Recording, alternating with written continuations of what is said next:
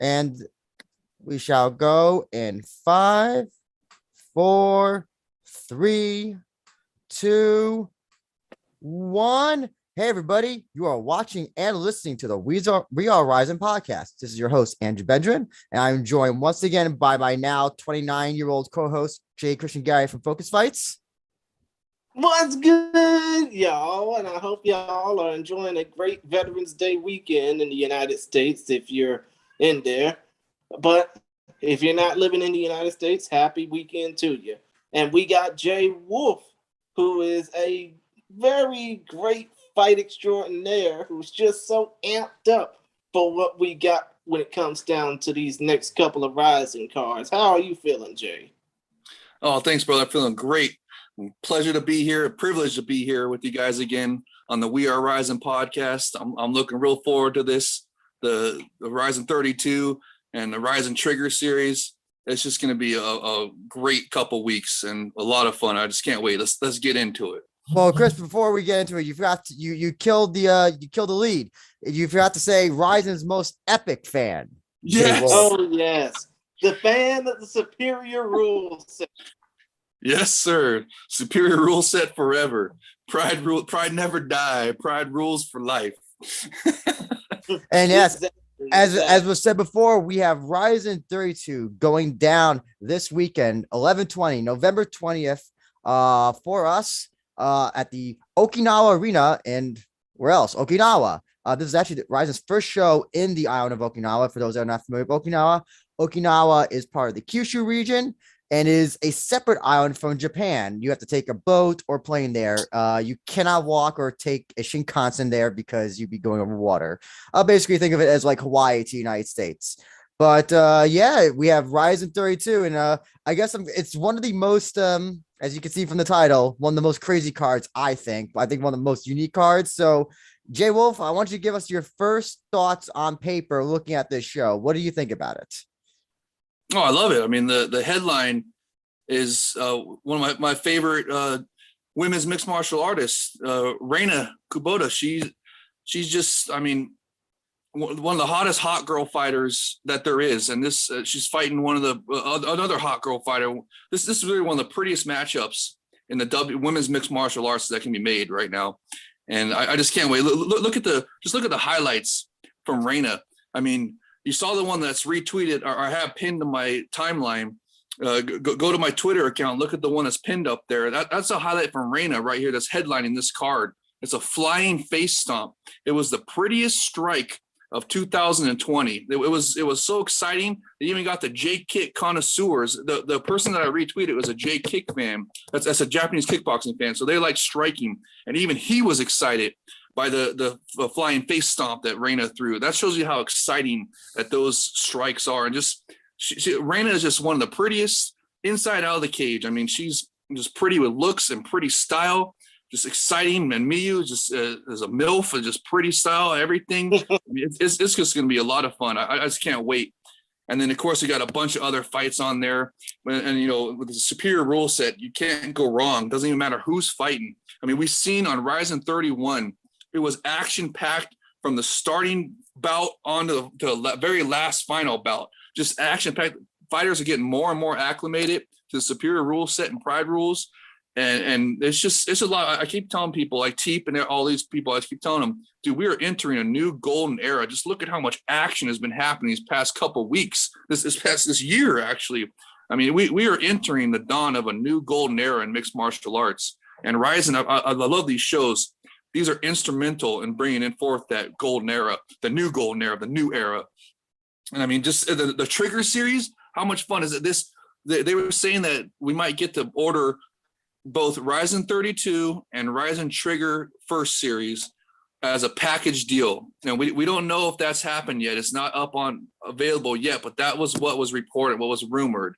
So I'm really looking forward to that. And I hope a lot of fans do that, because the Rizin Trigger series is the Rizin event with the Rizin Superior rule set, but in a cage. And I know a lot of international fans will really enjoy that. I mean, it's just, so this next couple of weeks is going to be a lot of fun. I just can't wait. And this card right here, you're talking about Rizin 32. I mean, besides the main event, another one that I'm really looking forward to is Bay Noah Rise kickboxing champ, crossover fighter, fighting in the superior rule set, showed real promise in his first fight. Even though he lost, he got a good. He showed real good defensive wrestling skills. He showed a great understanding of the superior rule set and how to utilize it. He was showing real good striking, just prowess, real good superior rule set striking prowess in the cage. And I just can't wait. I mean, in the ring, and I cannot wait to see him again. And then, there's a bunch of other fights. Ochi right here, Haru Ochi. He has an awesome soccer kick knockout in a previous Epic Rizin. I would highly recommend go find that fight and that highlight. It was great. I mean, we just keep going down the list of all these different fights. I mean, I'm just excited. I just cannot wait. So what about you guys? Which one are you looking forward to, Drew? Well, am I evil if I say Bobby Olligan and Tatsuya Kimura?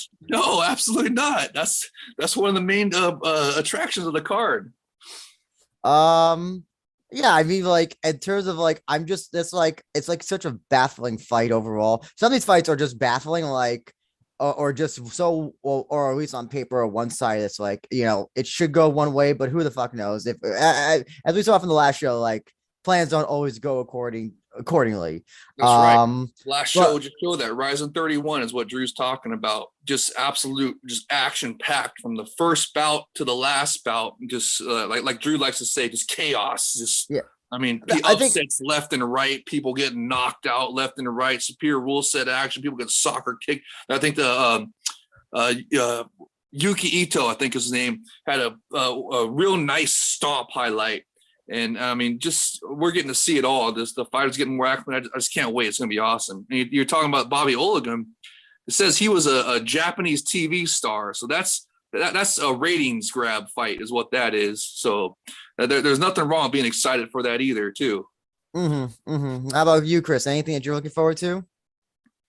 I mean, to be honest, aside from the main event, which is a rematch between Reina Kubota and Miyu Yamamoto, I mean, I think I would have to be looking forward towards, the bouts that would be coming up after the intermission in Lokoku and Beinoa and Olligan versus Kitamura, mostly because of the fact that when it comes down to Lokoku versus Beinoa, and I've been referencing this like for weeks after it got announced that the Lokoku Beinoa fight is going to be some black on black crime, like what Rampage Jackson said to John Jones back in the day. Classic. But I would have to think that the fight that I'll probably be looking forward to the most off this card is seeing what Tanner Lourenco can do against Journeyman. And yes, I'm going to say it, even though he has 13 wins according to what Rizin databases tracked up on him, Journeyman Shinya Kumazawa. Because Lourenco trained with Babalu Sabral. He's been living in Japan for about a few years. You and I, Andrew, both talked to him separately. And, if he gets this win, it could be the dawn of something big for him. If not, oh, well, at least he got time to, talk to us. But still, that Lourenco making his MMA debut, he's going to turn a lot of heads regardless of how he performs in this fight. Absolutely. I absolutely agree. I think, that's, it's either, we have a future prospect in our hands, or we just have, the journeyman getting his whatever, his yearly or every other win, so.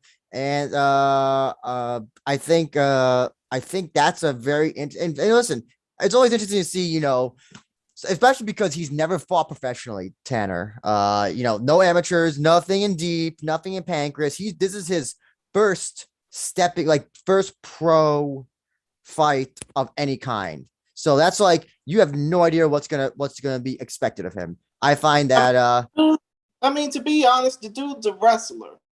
He's known for grappling people. I mean, obviously, he was a California State wrestler in high school. Yeah. Still, though. But we still have no idea what he's going to do. Once you get everybody, as Mike Tyson said, once you have a plan, once you get punched in the face, all plans go awry, or everybody has a plan until they get punched in the face. So That's yeah. it. So you never That's know. doubly true for the superior rule set, because this is Mhm. the most dynamic fighting environment in the entire combat sports world. There is no more dynamic fighting environment anywhere across any promotion. Epic Rizin is the number one, the top, the most dynamic fighting environment known to man right now. It's absolutely incredible. So Mhm. that Mike Tyson saying everybody has a plan to get punched in the face is even more true in the Epic Rizin. Except in the Epic Rizin, you know what it is? Everybody's got a plan until they get stomped in the face. That's what the Rizin was saying is. That's even better. Unfortunately, though, not all the fights have the superior rule set, Jay. Oh, And we're gonna. which ones don't? Oh yes, Besides kickboxing? oh yes, just a kickboxing. We're gonna get through those fights first Okay. because those are gonna two are opening or gonna be part of the openers, and then one's gonna be a main one because it's just a much I think it's a much more noteworthy fight. But we're gonna quickly go over the first two. Ryogo Terayama taking on Hiroki, and this will be a very interesting one. Hirokatsu Miyagi taking on Lopez Satsuma. I know that the kickboxing isn't all of our forte. It's still, I still have to watch the Rise show from yesterday, so no spoilers, please. But It was I'm good. curious. I heard it's great. But I'm curious. That's To why know, I got bags under my eyes. So I was watching it last night. Oh shit, that's why. I wonder where those came from. But does anybody have any quick thoughts on either of these two kickboxing matches? I want to just let you know though, Terayama is 17, and then Lopez Satsuma, who's in the other fight, he's at least 50 years old or above. Really? I saw one of his fights, and they gave his age. One of his Kempo karate fight, I think it was Kempo karate fights on YouTube, and it gave his age as 50. But I don't know if the fight happened this year or last year, but he's at least in his 50s. If he's he's not Bobby Olligang his age, lying about his age, or I should say boogeymaning his age. So, any quick thoughts, Jay, on Terayama Hiroki? Oh, I'm like you. I'm not a J kick expert. I don't want to try to pretend I'm a J kick expert or kickboxing expert for the regular fans that don't understand what J kick is. J kick is Japanese kickboxing, but I'm not an expert on kickboxing at all. But I'll tell you what. Whenever I've tuned into the J kick bouts, they always bring the action. Usually, I mean, they're just a lot of fun. It's high level striking, just like kickboxing is, and it's just should be a lot of fun. And they usually put the kickboxing bouts at the start of the card, so it can bring the action right away and get the card started off the explosive start. So that's what I'm guessing they're doing here again. So I mean, I'm looking forward to it, but like I said, I'm not an expert on kickboxing at all. So, but besides that, I am looking forward to it because I get to tune into the Rise event last night.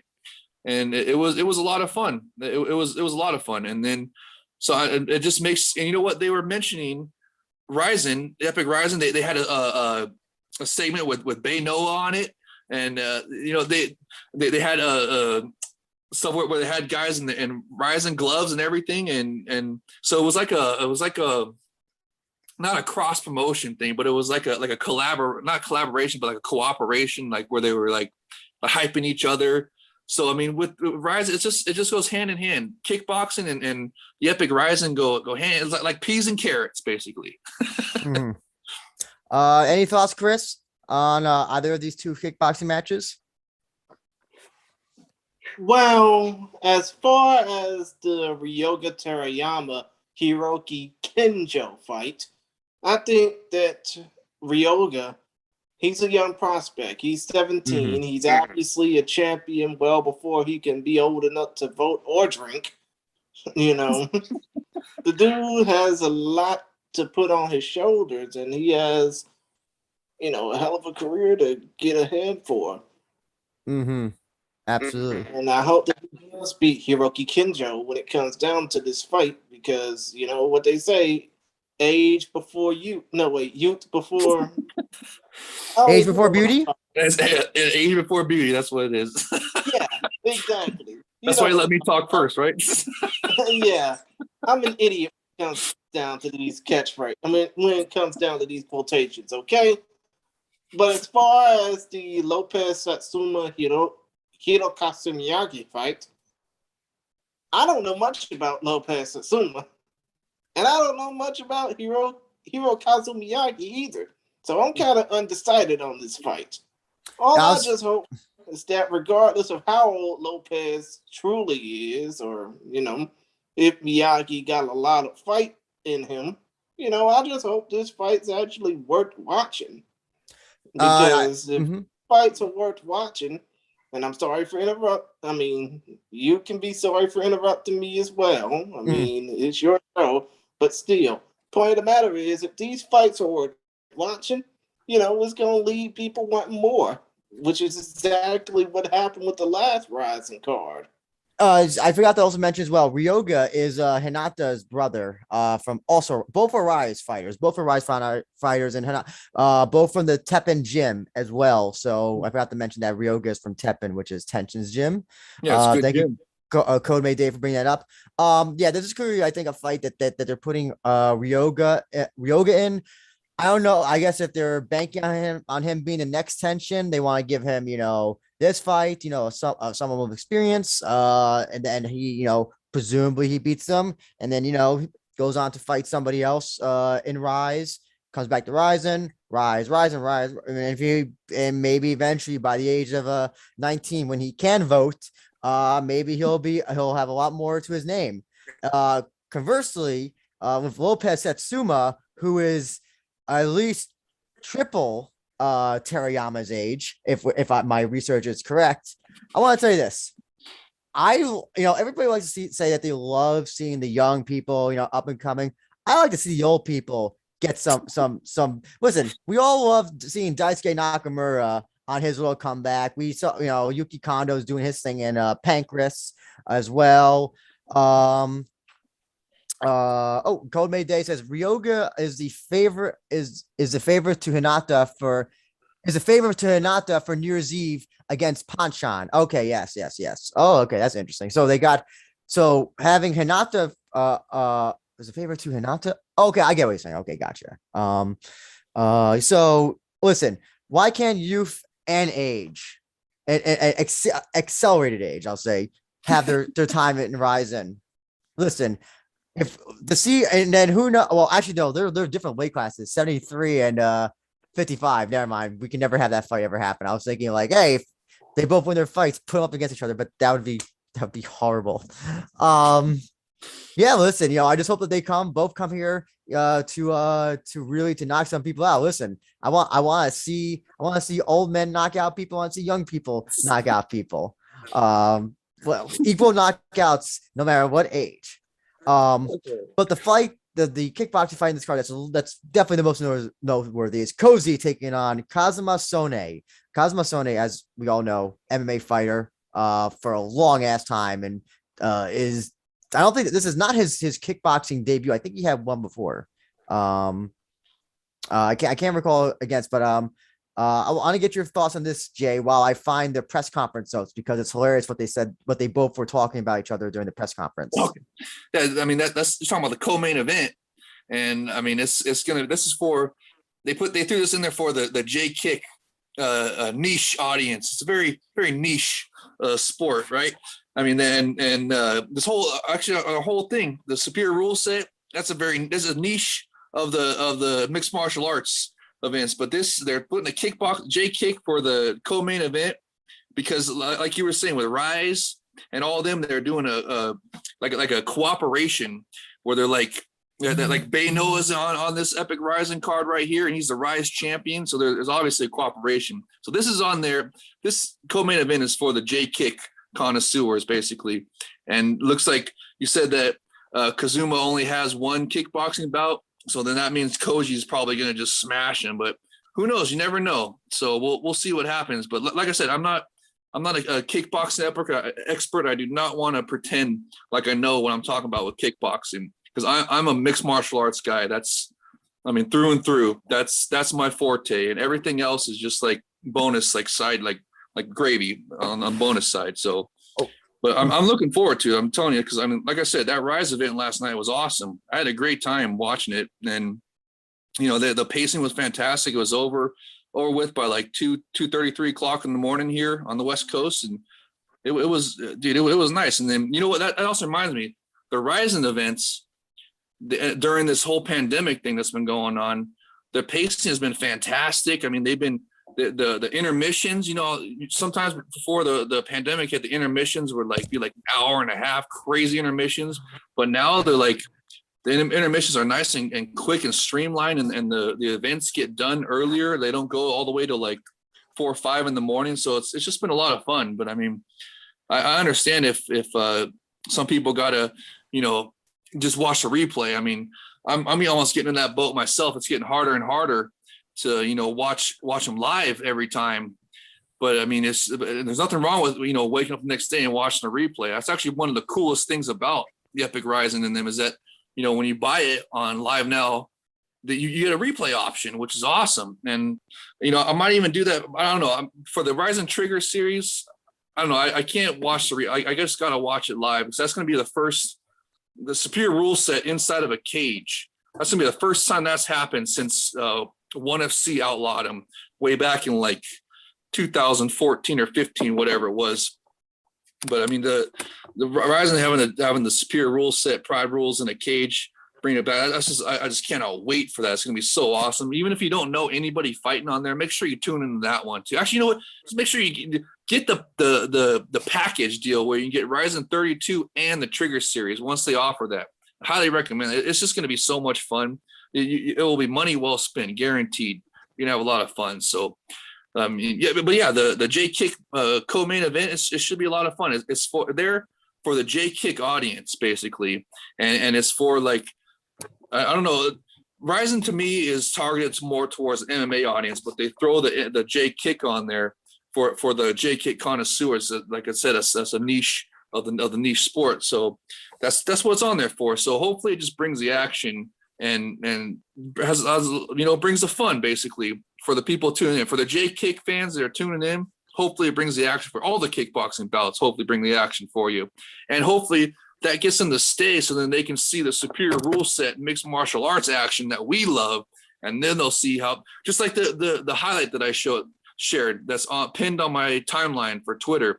That highlight of Reina Kubota is doing a flying face stomp, the prettiest strike of 2020.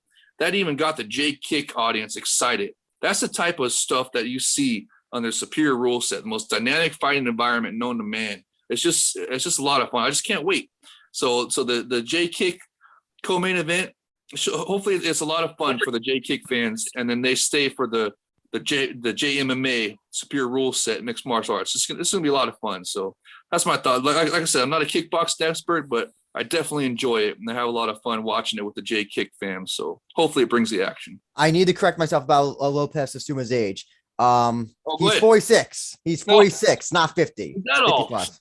I actually, and he did say this. He says, I'm returning to the ring at 46 years old. I plan to inspire all the old men sitting on their couches watching this fight. So all the more reason why I need to cheer for this guy. Because that's fucking ball right there. Yeah. But Cozy, and here's what they had said during the press conference. This is what Cozy said.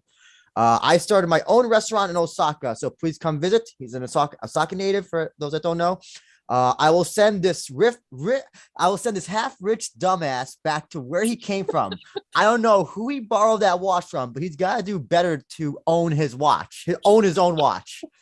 And then Sone responded, I was supposed to fight Cozy way back. He doesn't give a year, but he refused to fight me. I know he started his own business lately, but I'm already beating him as an entrepreneur, and I plan to beat him in his own sport.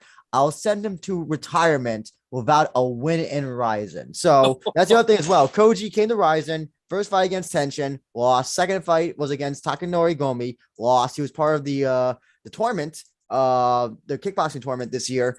That was all screwed up because the headbutt that it was in his fight, but he advanced and all that stuff, and he lost to the Prince Taiji Shiratori. So his rising career has been like shit. There's like no other way to say it. That's how it is. Jay, what do you think after hearing that shit talk between the two? Do you have a favorite now? JayWolf or Jay Krish? Oh, sorry, JayWolf. No, you know what? I love it. I love the trash talk. It just adds to the fun of the whole thing. You know, it's just, and that's what I'm all about. Is the fun of this mixed martial arts superior rule set, and it just, the trash talk. That was some pretty good trash talk you were reading, and I don't know. I guess it'll make me root for Cozy now more than, but I already wanted him to win for the J Kick crowd, because I want the J Kick fam to be happy. And he said he hasn't had a good run so far in the Epic Rizin, so hopefully this will be the one that turns it around and makes the J Kick fam happy. Chris, how about you? I know you've been paying. We've seen Sone's time in Rizin as well. Not also the best as well. A little bit more successful though than actually no. He's lost every fight he's had in Rizin that I'm looking at right now. So. Even though, so what do you think? Him going into a entirely different sport and taking on one of the best in that sport? Well, in a way, you have to look at it like this. Koji, basically, ever since he came from K1 to Rizin, he's been pretty much a born loser. But he's basically been talking the talk and walking the walk, so to speak, in more ways than one. Sometimes it basically got him, beating his ass, couldn't cash, but still, you look at it this way. When it comes down to the fact that he's going to face off against somebody who's mostly a mixed martial artist in Sone, who's fought 3 times in the Rizin ring and lost all 3 of his fights, one via submission to Yuki Motoya, the other unanimous decision to the now absent T, Justin Tank Scoggins, and the other in the Rizin Japan Bantamweight Grand Prix to Hiroki Shion Yamashita via left hook KO back on March 21st. This is pretty much an easy win for Koji Tanaka, because I really think that if Koji does win this fight, it'll mean, hey, one more fight left in my career. Hopefully I can make the best out of it. But still, though, if he loses, he shouldn't be going out with shame. He should be going out knowing that he basically, tried to goad an MMA fighter into a kickboxing bout and then got out with it. I just hope that when it comes down to this fight, Koji will have the upper hand for once. So that he wouldn't be talking out of his ass instead of, talking with his mind. So the Sone's only pro kickboxing match happened back in 2017, and he won the fight in the first round by a right hook. So just keep that in mind. He is 1-0 in kickboxing. Yeah, so it was versus Hideaki at Crush 79 in Nagoya back in August of 2017. That's not that long ago. So it shows he knows what he's doing in the kickboxing ring. So it is one. It's one though. It is one though. You can't listen. Cozy's entire career has been kickboxing. If it was for MMA, of course, we'd all be picking Sone, I'm guessing. But like this is somebody else going to a different discipline and that's fought entirely differently, has a different pace, different rules, different time rounds and time as well. 3 rounds, 3 minutes. So yeah, I think this is a make or break fight for Koji. If he can't win this, then I think he might need that. Despite he is I know he's so popular right now. When he's on a card, it sells out because all the fans from Osaka come to see him. He's always put on the Osaka shows, which surprises me that they put him on the Okinawa show, because I don't know. Will people travel from Osaka to Okinawa to see him? Who knows? But that's what they're hoping for. So. And this show is almost close to being sold out, or is sold out last I checked. Excellent. But with this fight, this is definitely make or break for Koji.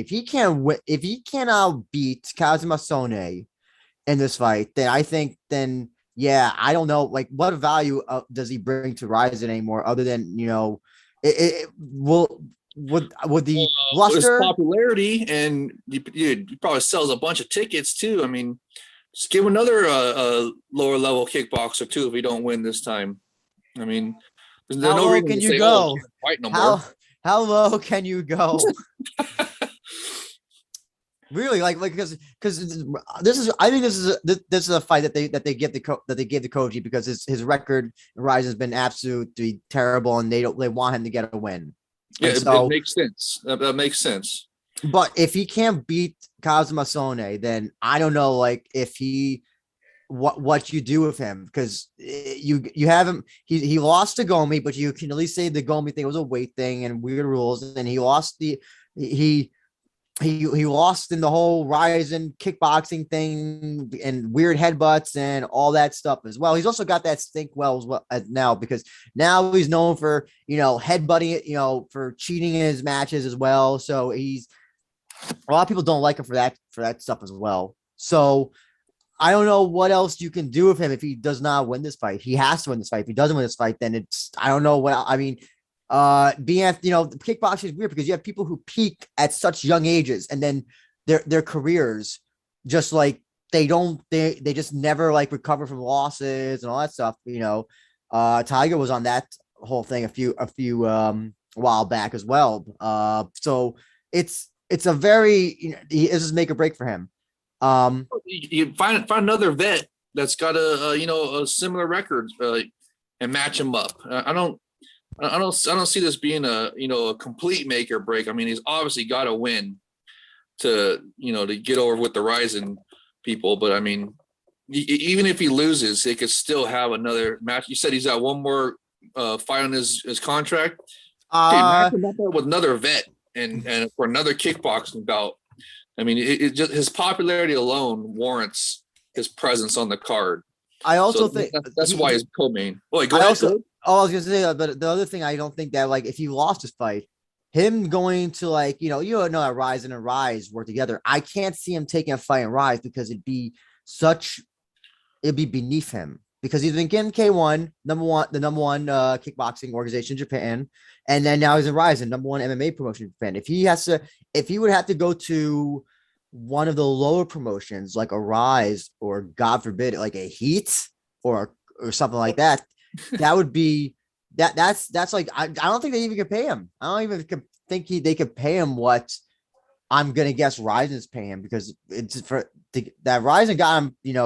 They had to get him for pretty much a good amount of money to leave K1. So I mean, I don't know. Think of it, Heat will pay him. It'll probably just have to be in the Japanese equivalent of a hot dog and a handshake. Oh yes, to go. You have to work territory. The Indies. You have to work the Indies. Well, I mean, I don't think Rise is that. I mean, Rise is almost up there with K1. The only difference is that K1 is king with their 8-man 1-night Grand Prix format, but Rise has a bunch of big time fighters. I mean, last night's card has some pretty big time fighters on it that were. So I mean, I don't see it as like a. I don't think it'd be a step down for Koji. Him. It might be for him. It might be. Yeah, for him because he was at for his brand and all that stuff. Yeah, and, I see what you're saying, but if he needs a win, if he loses this fight and he needs a win, I don't have a problem with him going to like Rise or get another Rizin fight. So it's fine. So here's the other thing as well. I mentioned at the beginning when they were getting the press conference. He said that he's now in the restaurant business, and that when fighters tend to go into other businesses that are outside the fight business, will he be mentally in the game for this fight? That's the other thing. Depends on how much money he needs, Oh, it sounds like he's got a successful restaurant in Osaka. He just might, this fighting thing, this could be, his last Raw. He may just not care anymore. Maybe he just, this could be, I don't know. It's like, but there is, we saw with Rampage. Remember when Rampage went away to do movies, and he did the 18 movie and all that stuff, and he came back and was like, he was out of shape. He was not the same fighter that he was when before he did the 18s. There's some problems that when these fighters get out of their routine, I don't know if he's still training regularly. I don't know. So that's another thing as well that I'm curious about, is if he's mentally still in the fight game, despite all the downs that he's going through, and now having a successful restaurant. Well, that's a good question. We'll see it answered this Saturday night. Sorry, Chris, what are you saying? My answer is a simple no, because obviously the one example I could probably bring up is Manny Pacquiao, who just recently lost to Yordenis Ugas, And people were wondering, oh, is the fact that he's now running for president of the Philippines ruining his fight career? It's been basically ruining his career since he even tried out for public office, which was why, unfortunately, he lost to Floyd Mayweather, which was why, unfortunately, he got his ass handed to him by Antonio Margarito at one point in time. I see. Oh, I got one for you. I got one for you. How about for the mixed martial arts people tuning in?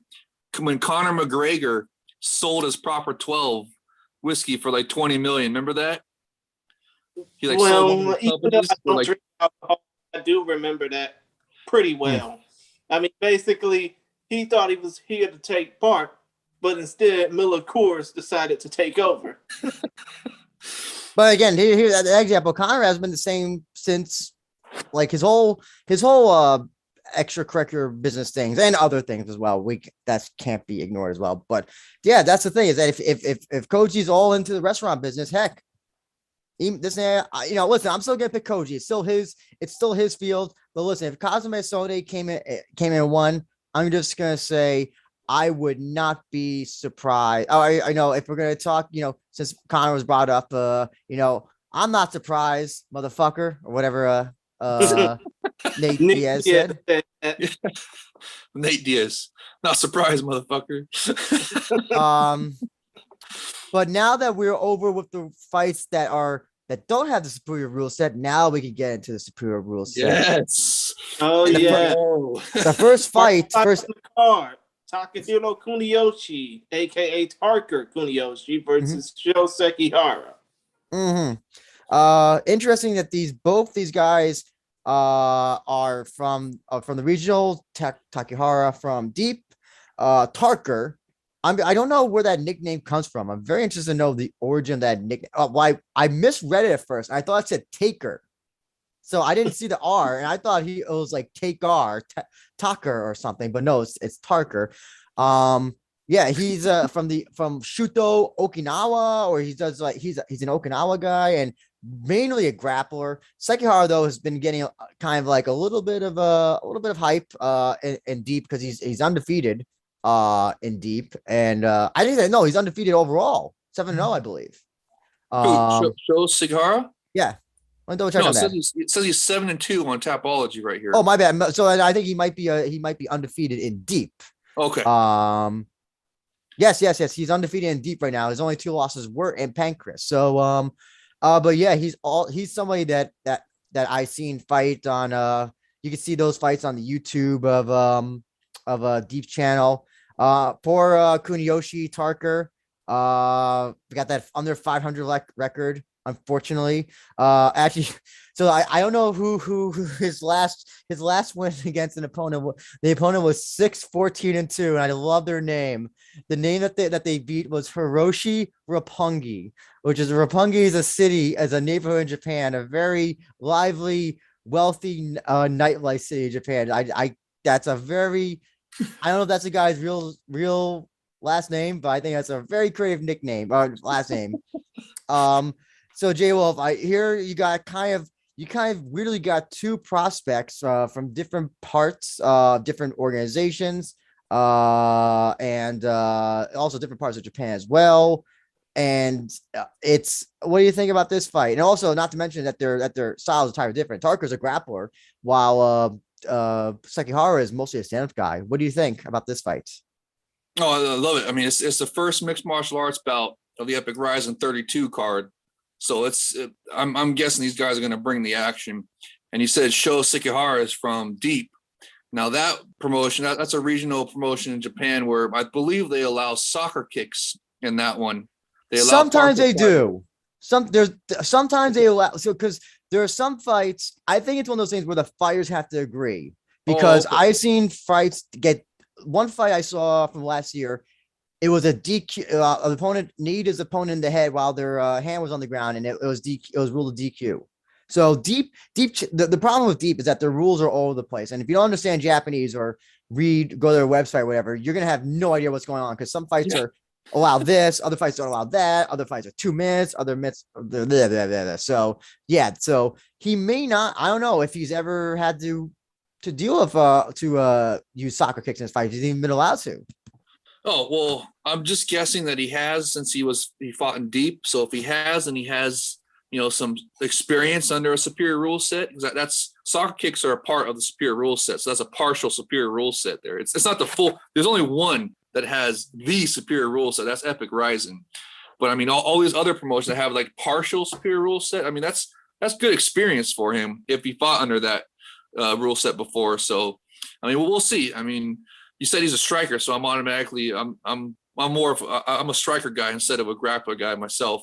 So I'm definitely rooting for him. But we'll see. You never know. I mean, like you said, they're both prospects. It's the first mixed martial arts bout kicking off the card. I mean, I'm just excited to see what happens. But I think I'm going to root for Sho here because he said he's a striker. He's been in deep before, and maybe he's fought under a superior rule set, a partial superior rule set before a soccer kicks. So maybe he'll be able to bring the action. I mean, who knows? We'll see. But I'm excited to find out. So, Jay Krish, who are you looking forward to in this fight? I think I got Sho over Tarka Kuniyoshi in this one because of the fact that you don't need to look far at their records to know the difference between the two fighters. But in a way, what if Tarker wins? We're going to be talking about the guy with the middling record of 3-3-1, who is, I mean, of course, right now he's 2-3-1, but we're going to be talking about a guy who's 3-3-1 who got a win over a more experienced fighter. Yeah. So? Yeah. So, but still, when it comes down to this fight, how if it depends on how he wins. What if he wins in spectacular fashion? Nobody's going to care these 3-3. They're just going to be like, oh man, that was an awesome win. Can't wait to see him fight again. Yeah, nobody's going to care if he pulls off an awesome win at 3-3, but still, when it comes down to the fact that Sekihara is more experienced and he's basically been through this as far as I can know, longer than his opponent has, experience is key here. Even though we're not going to talk about that in the next fight, but still, in this particular fight, experience will be key to this win. So, I'm somebody who favors grapplers over strikers. I know that people love strikers because it's much more, I guess, exciting at times to watch, but I love grappling because there's nothing like I love a good submission. I love a good submission.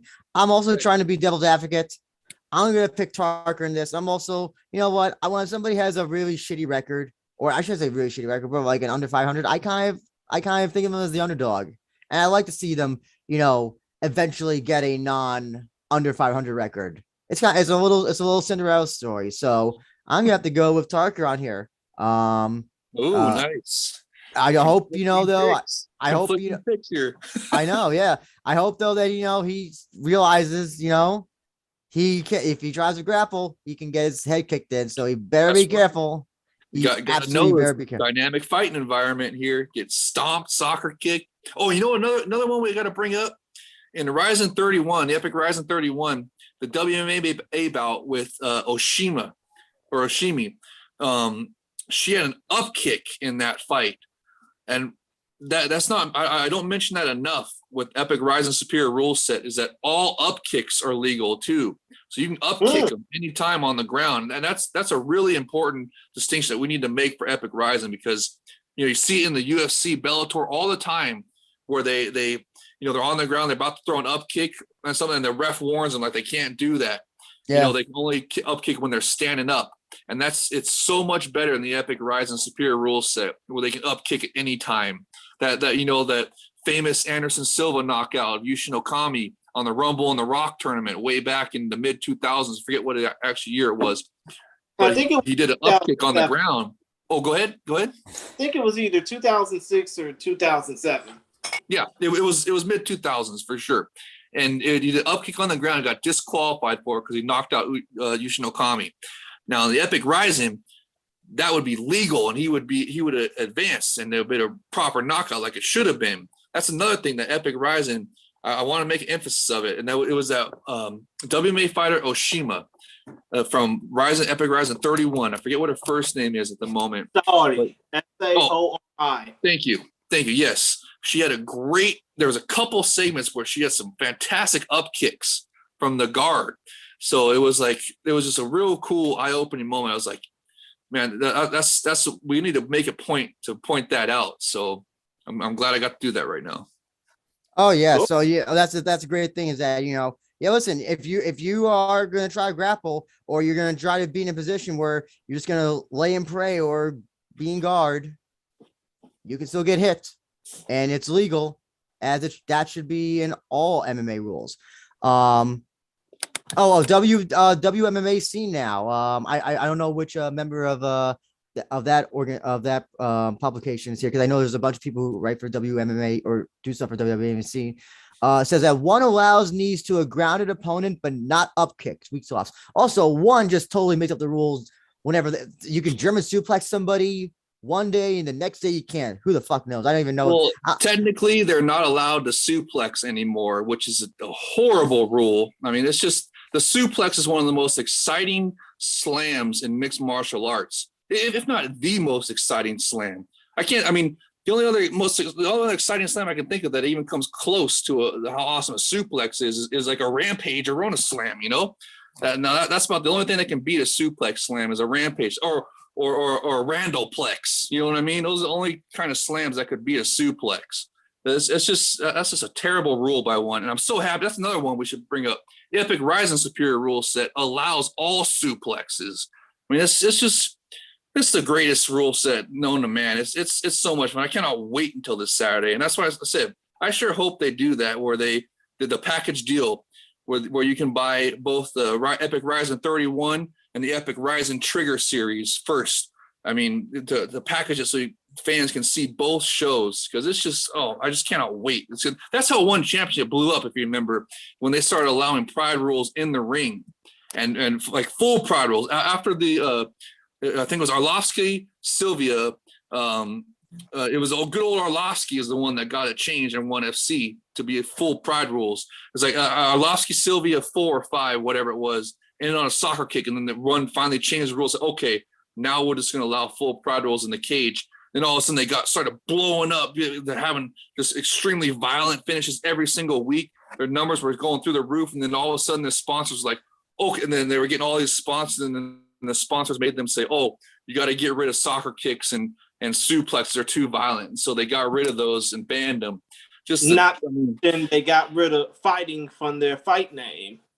Oh God, yes, that's right. That's exactly when that happened. And it just, that's okay, getting rid of fighting from your name, but banning soccer kicks and suplexes, that's just unforgivable. It just made look, I don't want to hit them too much because they had that Demetrius Johnson KO where he got knocked out by a grounded knee, and the Brazilian that knocked him out, his name escapes me right now, but that was on TNT. His name is Adriano Moraes. Yes, thank you, Adriano Moraes. Thank you. Gosh, and I can't stand when I blank. It's because we're live right now. I know this stuff. It's just I was blanking on the names and stuff. But anyways, that finish was from a grounded knee, and that just, dude, you could see, and it went viral. Remember, on the internet, and that was like for the modern era, like the newer fans, it was like their exposure that in Asia they allow these rules, the superior rule set, and it was just, so I don't want to hate on one too much because that was a great awakening moment for a lot of newer fans about the superior rule set in Asia. And the grounded knees are still count as partial superior rule set. So I don't want to hate on one too much because it is still partial superior rule set. But doing away with suplexes and soccer kicks is terrible. And that's why the Epic Rizin is so much better. It just, like we were talking earlier about the up kicks, having suplexes in there, soccer kick stomps, there's 12-6 elbows. It's the most dynamic, exciting, thrilling fighting environment known to man. I love it. I cannot wait for each of these shows. And like I said, again, I highly recommend you guys get I hope they they offer a package deal for Epic Rizin 32 and Trigger series. This is going to be so much fun. I just can't wait to tune in with you guys. Now, let's continue on this very crazy card. As Christian mentioned before, we're going from experience to legitimately no experience in the pro ring, in the pro ring or cage or pro anything. When we got Shinya Kamazawa, oh my God, sorry, Kumazawa, excuse me. That's right. JWA versus Tanner Larenko. Lorenzo. It's not Lorenzo like how the Japanese translate it to. It's Larenko. Lourenco. And yeah, they actually the kanji or the katakana for their thing spells it with a Z, Zio instead of Co. In case if you want to know how it's pronounced in Japanese. But okay, so Shinya's record is all over the place. Like I seen some give it as 9 and 10. I seen some give it as 13 and 10. His record is all over the place. I am not sure what exactly is going on with his record and what it is officially. But I can tell you officially that Tanner's record is 0-0. So that I can tell you. Now, Shinya has also not fought in about, I think, 2 years. This is a layoff, a little bit of a layoff for him. Was the last fight? Yeah. Excuse me, I'm way off. 2015 was his last fight. That's 6 years, almost. That is six plus years. I am not so sure why he has not fought in that long. That is if he got injured or something came along, or something, never got any fight offers. But it's that's a suspect long time to be off for a layoff. Anyway, he's an interesting fighter. I watched some of his fights. He's finished all of his fights by submission of some kind, and he's also done. He has multiple wins by heel hook. A very hard move to do in mixed MMA. And actually, if you really want to see a really disgusting fight, his fight against Ryo Osami, this was an outsider because Shinya is an outsider fighter. That's the Mikuru Rings Akira Maeda promotion. Ryo Osami won against Shinya beat Ryo, but when he went for the heel hook, I guess he twisted too fast and you can hear Ryo's ankle, leg, whatever snap, and it's absolutely disgusting. So Jay, as Christian mentioned before, Tanner's trained under Babalu. He's training now in Okinawa, and he has a full fight camp. Jay, what do you think about this fight? Let's say 9-10. It says here on Tapology that Tanner is repping America. Yes, he's originally from California, but he is in the Army, so he is stationed in Okinawa. He is part of the Air Force. For him, then. Absolutely, especially on Veterans Day weekend. Man, I mean, it's only going to be a week past Veterans Day. Definitely will hope this veteran gets the W. I mean, I always root for the American fighters when they fight. Like back in Pride, that used to be one of my favorite things, was rooting for the American fighters. So, I mean, I'm all in on Tanner here. I hope he puts on a show. I know it's his debut and everything. I mean, it's a tough debut too, and superior rule set on the big stage in Japan. But I mean, he's a vet, so we'll see what happens. But definitely, but can he win, Jay? He's going up against a guy who at least has many more years of experience and has finished all of his fights by submission. Like I said, I mean, he's in the military, and those people are tough. So he definitely can win, but will he is the question. And we're gonna find out. Like I said, I'm gonna be rooting for him because I love my American fighters, and especially when they're American veterans. So just makes me want him to win even more. So I'm rooting for him for sure. But definitely a tough task against a veteran for his debut. So we'll see what happens, but it should be good. How about you, Jay Christian? What do you think about this? Does Tanner have a chance? Can he become 1-0 or will he become 0-1? He does. But let me go ahead and explain it in layers, though. When it comes down to Shinya Kumazawa, obviously, he has not fought in a professional format or any format at all in 6 years. So he's going to be coming in with a lot of ring rust, a lot of cage rust. He's pretty much old as hell, so to speak. And he did say he wants to step in the ring as a true martial artist and show everybody the true strength of one. Ain't happening. Dude hasn't fought in 6 years. He's a journeyman. No matter how many times you want to say his record is even remotely good. I mean, the dude lost to Dwayne Bang Ludwig in Ring of Fire like 14 years ago, and it's So, barely improved since. no, I mean, just because he lost to Dwayne, don't mean he sucks. I mean, he's got a bunch of experience. So, I mean, yeah, true. I mean, the dude, I mean, obviously, like y'all mentioned, dude's a Rings the Outsider alum. Those fights are now available on YouTube if y'all want to check them out. But still, when it comes down to, I mean, I don't know the direct link to the Rings the Outsider YouTube channel, but, hopefully Andrew will put it in the description of this video. But still, though, Kumazawa has not fought in 6 years. He's cut in all rusty and shit. And the fact that he's 46 years old, the fact that he's 40 years old going into this fight, I think it's pretty obvious.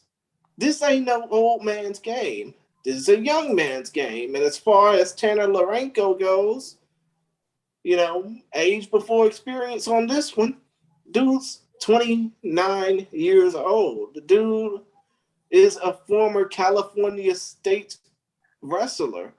I mean, obviously, he's from the Santa Monica area, which, of course, damn it, what am I trying to say? He's from the greater Los Angeles basin. Artesia, California is in the greater Los Angeles basin. And, he is just looking to show off the skills that Babalu Sabral gave him, while also him being trained over in Japan and Okinawa or Ryukyu Fight Club. Now, Andrew, all I gotta ask is, we both interviewed him. I haven't put my interview out of him yet, even though I will within the next week or so before this fight. But when it came down to talking to him, aside from connectivity issues, what did you think came to mind when it came to talking to Tanner? Oh, well, he's excited at the opportunity. He's definitely training hard for it. The question, listen, again, he did say he's nervous though, and that's understandable. But that's the one thing is that, listen, I'm gonna pick Tanner just because I want to see him go 1-0. Because I think that's a much more interesting thing than if he loses. I think, but the question is, if he, it's that, once he steps in that ring and then the gong rings, then that's when it's like he literally, this is kind of almost like a Rocky kind of thing where like he's just like being plucked out of here because whatever. And the thing is that he's gonna have 10,000 people potentially watching him, might be on Fuji TV if it makes it. And the thing is that it's just, I don't think if he loses, I think it'll be because the nerves or the pace just exhausted him. I think that's entirely not unfeasible, especially in your first pro MMA fight.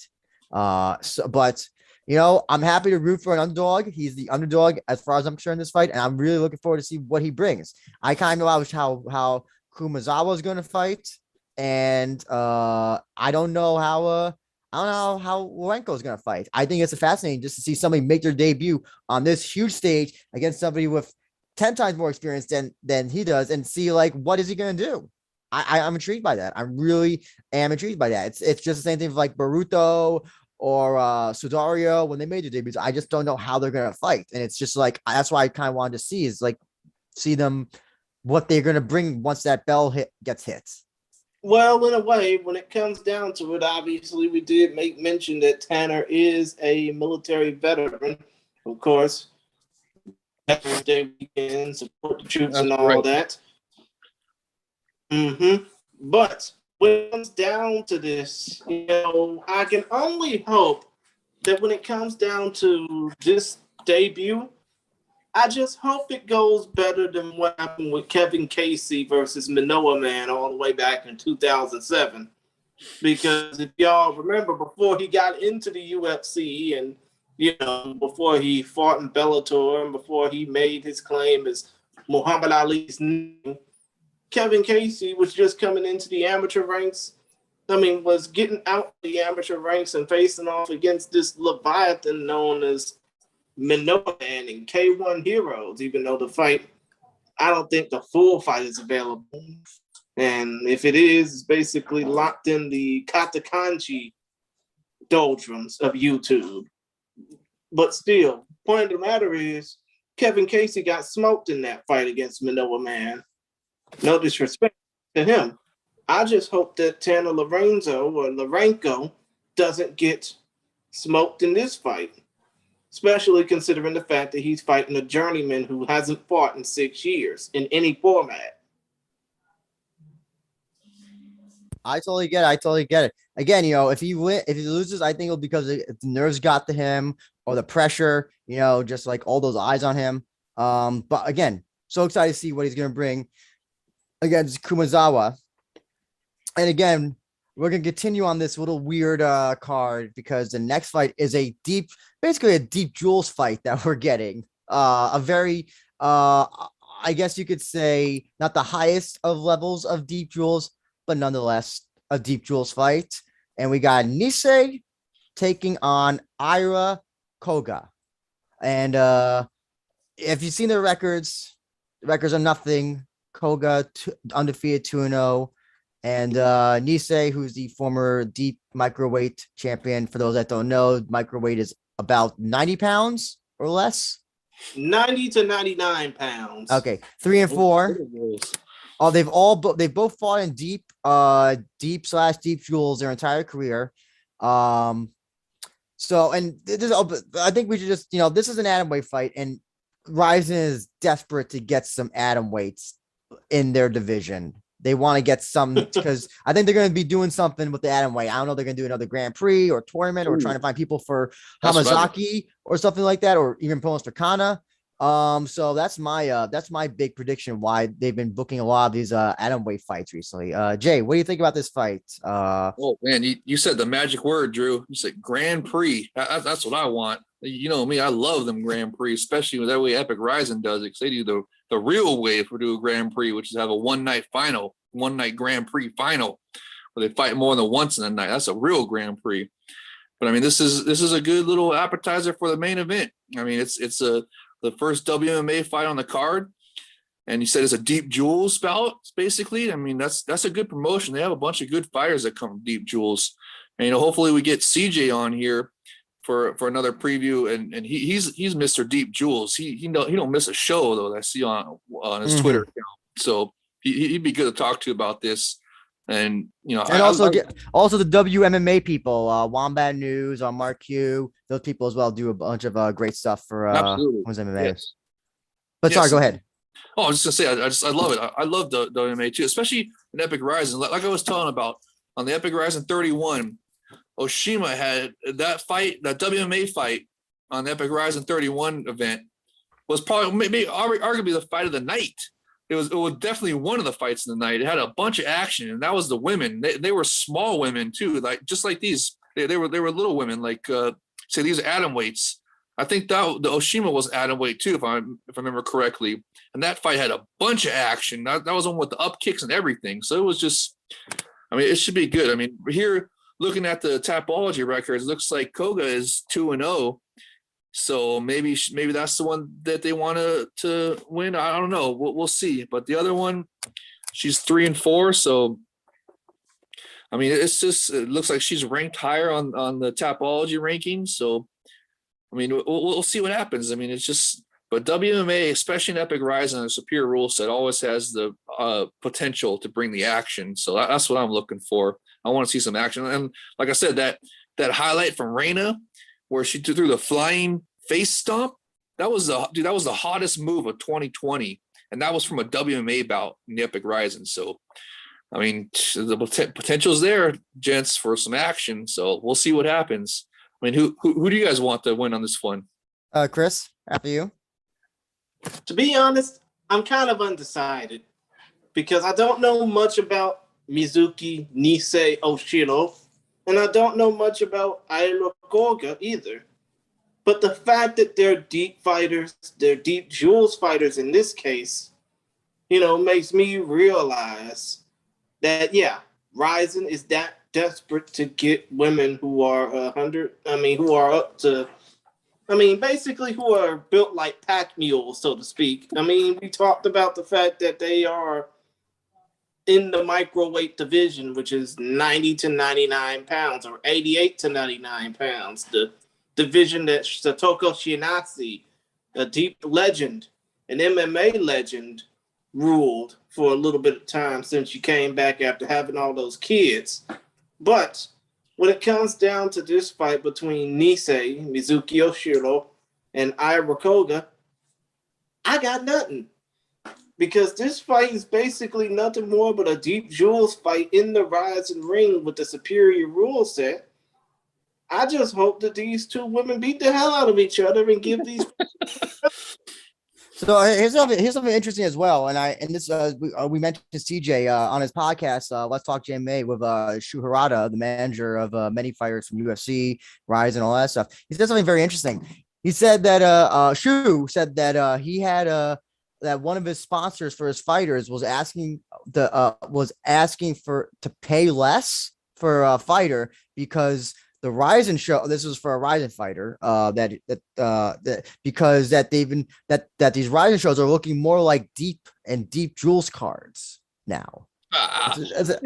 They're just talking about the pandemic cards. People got to remember, this is because of the pandemic, and they're not allowed to bring in foreign fighters from different countries yet. That doesn't happen until the end of the year. These are basically, they're working with what they got available, and they're doing a pretty damn good job, I think. Like I said, that the Rizin 31 that just happened was the same type of thing. It was just a bunch of Japanese fighters, and there was barely any from outside Japan because of the COVID protocols. And it was one of the most action-packed cards of the year for Epic Rizin. So it's like, I don't know. I'm telling you, I think. Go ahead. The only fighters they're allowed to get are those that are already stationed in Japan. So, that's probably the reason why they can't get that many foreign fighters from outside those shores, unless you have to smuggle them in like Petjaramvit or the Azerbaijani duo Kugamov, Kiramov, and Musafa. I'm already fucking up. Mufasa. Kiramov and Tawfiq Musayev. Tawfiq Musafa. I'm gonna call him Tawfiq Musafa from now on. I'm gonna do that from now on. Yeah, you know what? Yeah, but let me go ahead and continue. The reason why Rizin hasn't been getting any foreign fighters is because, the pandemic. Yes. But because of the fact that when it comes down to them, when it comes down to those that are already in Japan, you have a very short selection size. You have a very small selection size of fighters that are already willing to prove themselves in, which is why, unfortunately, Lord Lane St. Ilmay got his ass whooped by Tsuyoshi Sudari on the last card. Mm-hmm. I think I just want to read some comments in the chat.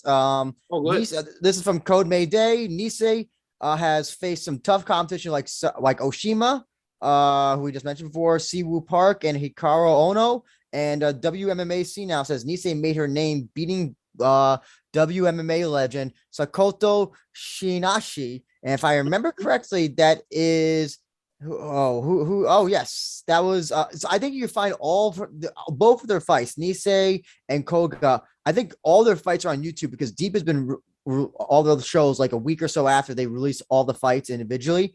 Here's the thing. So I think that when it comes to who Rizin wants, I think Rizin don't give a shit. They want somebody to win because they want to just have people who are worthy enough that they can book for the next women's super atomweight division fight, whenever that'll be, maybe New Year's or for another Trigger show in December, maybe. So I think they want whoever to win this, and they don't care if it's Koga, and they don't care if it's Nisei. Here's the thing, though: Nisei has finished all of her fights. Koga has not. I always err on the side of the person who finishes her fights. I'm going to go with Nisei, even though she has the less impressive record than Koga. I do think that Koga is probably a better fighter overall. But listen, I cannot fault somebody who has a finish in all their fights, and that to me is like Well, very, very, very impressive. Also, got a good credit as well. I don't think either of these women are from AACC, the Hamazaki camp, which almost gets every atom weight fighter ever from like Japan. Like you can like connect, like almost all of them go to like AACC, especially if they're in judo. So, well, in a way, Andrew, when it comes down to fighters who aren't from Abe Ane Combat Club or AACC for short, let's just face it. If you don't know who Megumi Fuji is, you're probably not going to get that much of a chance on a rising card in general. Also, I have to read that. I have to read this from WMMA as well. He said, CJ, our boy Charles Jewett, said that Nisei's presence on this card is local fan service. She's from. Oh, there I don't you know go. if that's I don't know if that's a city in Okinawa or if that's misspelled. Ikonawa, maybe it's Okinawa, and her dad's a fisherman there. So we're getting. So that's why Nisei's on this card. She's a hometown favorite. So even more there we so, go. why I cheer for Nisei. She finishes all of her fights, and she's the hometown hero who's going to come in there and make her record a nice even 4-4, and then we'll eventually get to face Kanazakura or Hamazaki for the Super Atomweight Championship. Boom! I have booked Rizin. I have booked Rizin for the next year and a half for their atomweight division. They don't need to hire any foreigners. They don't need to hire anybody else. I just booked it for them perfectly. Mwah! I can't wait to get my check in the mail very, very shortly. Dude, I can't believe you just said fan service, even though the most interesting piece of fan service is in the main event. Yeah, well, that's fan service for people for different reasons for different people. This fight, though, I don't know if we'll have any fan service, but nonetheless, it is one I'm looking forward to in the flyweight division. Tomohiro Adanya taking on Yuichi Miyagi. Very interesting fight. These two have been around for a long time. Adanya in deep, mainly, and Miyagi's gladiator. He's a gladiator fighter, also from Okinawa. Interesting enough, the thing I found most interesting about Tomohiro Adanya. So way back when Naoki Inoue was being scouted by the UFC, the last fight he had in deep was against Adanya, and Adanya almost beat Inoue because it was a majority decision. It went to majority decision. I can't find the fight on YouTube. I tried searching for it, but that to me is very interesting that he up at that point, Naoki Inoue was like considered like one of the hottest prospects to come out of Japan. And this guy almost basically just said, nope, I'm gonna ruin your fucking narrative. Yeah, that's how it is. That's how it is. You know, and I watch both these guys. I watch some of their fights. They're both the problem is that neither of them have fought anybody that's really like notable. I would say that notable or impressive. Like, oh wow, that person beat that person. It's their records are spotty with the people they fought and the people they've beat. It's a very hard fight to pick. I would Miyagi's more of a is more of a they're kind of both grapplers.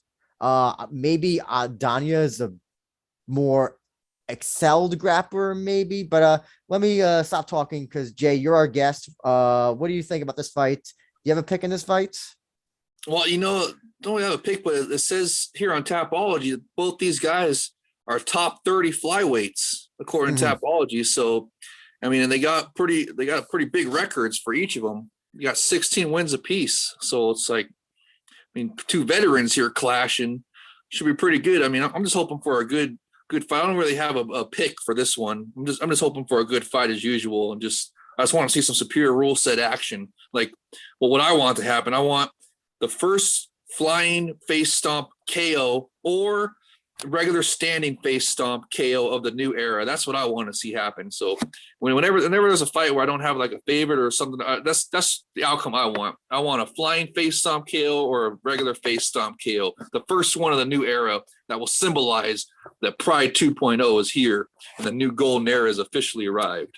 Unfortunately, neither of them are really really knockout people, unfortunately. So I don't know if that will happen.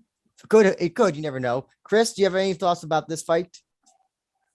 I mean, to be honest, I don't have a pick for this fight either. because these men are, I mean, it's like you said, Jay, these men are top 30 flyweights in Japan, according to Tapology. But as far as, their age is concerned, you got a 34-year-old Tomohiro Adanya against a 38-year-old Yuichi Miyagi. I don't know if these guys are ever going to be considered for a title shot anytime soon, even though, of course, Rizin doesn't have a flyweight championship intact. They only got for right now. And we all know who the king of that is. Oh, yes. Mm-hmm. But that's still coming up. Hey, can we talk about that too? Coming up in a couple of weeks after the Trigger series, it's gonna keep the party rolling, man.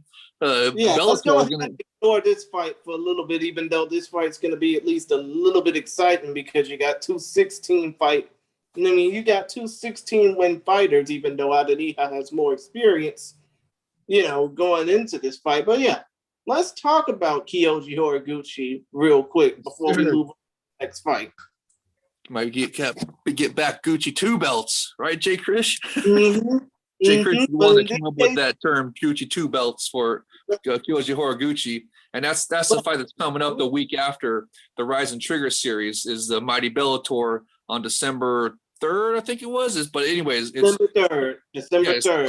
But they've been Kyoji Horiguchi versus Sergio Pettis for the flyweight title on Bellator. That's going to be, I cannot wait. This is going to keep the party rolling, man. I mean, it's already been kicked off.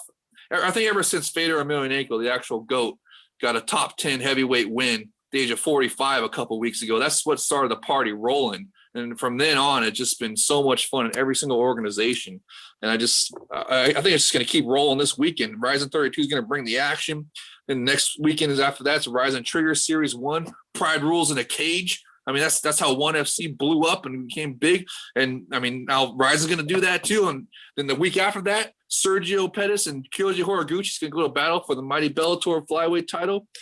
And then that's not even counting what's going on in the UFC and stuff. And then also there's in December, I saw there was a K1 kickboxing thing going on. I mean, there's just so much going on. It's such a great time to be a fan right now. And, to get back to this fight with the two flyweights, the top 30 flyweights, according to Tapology, I mean, I just hope it's a good bout.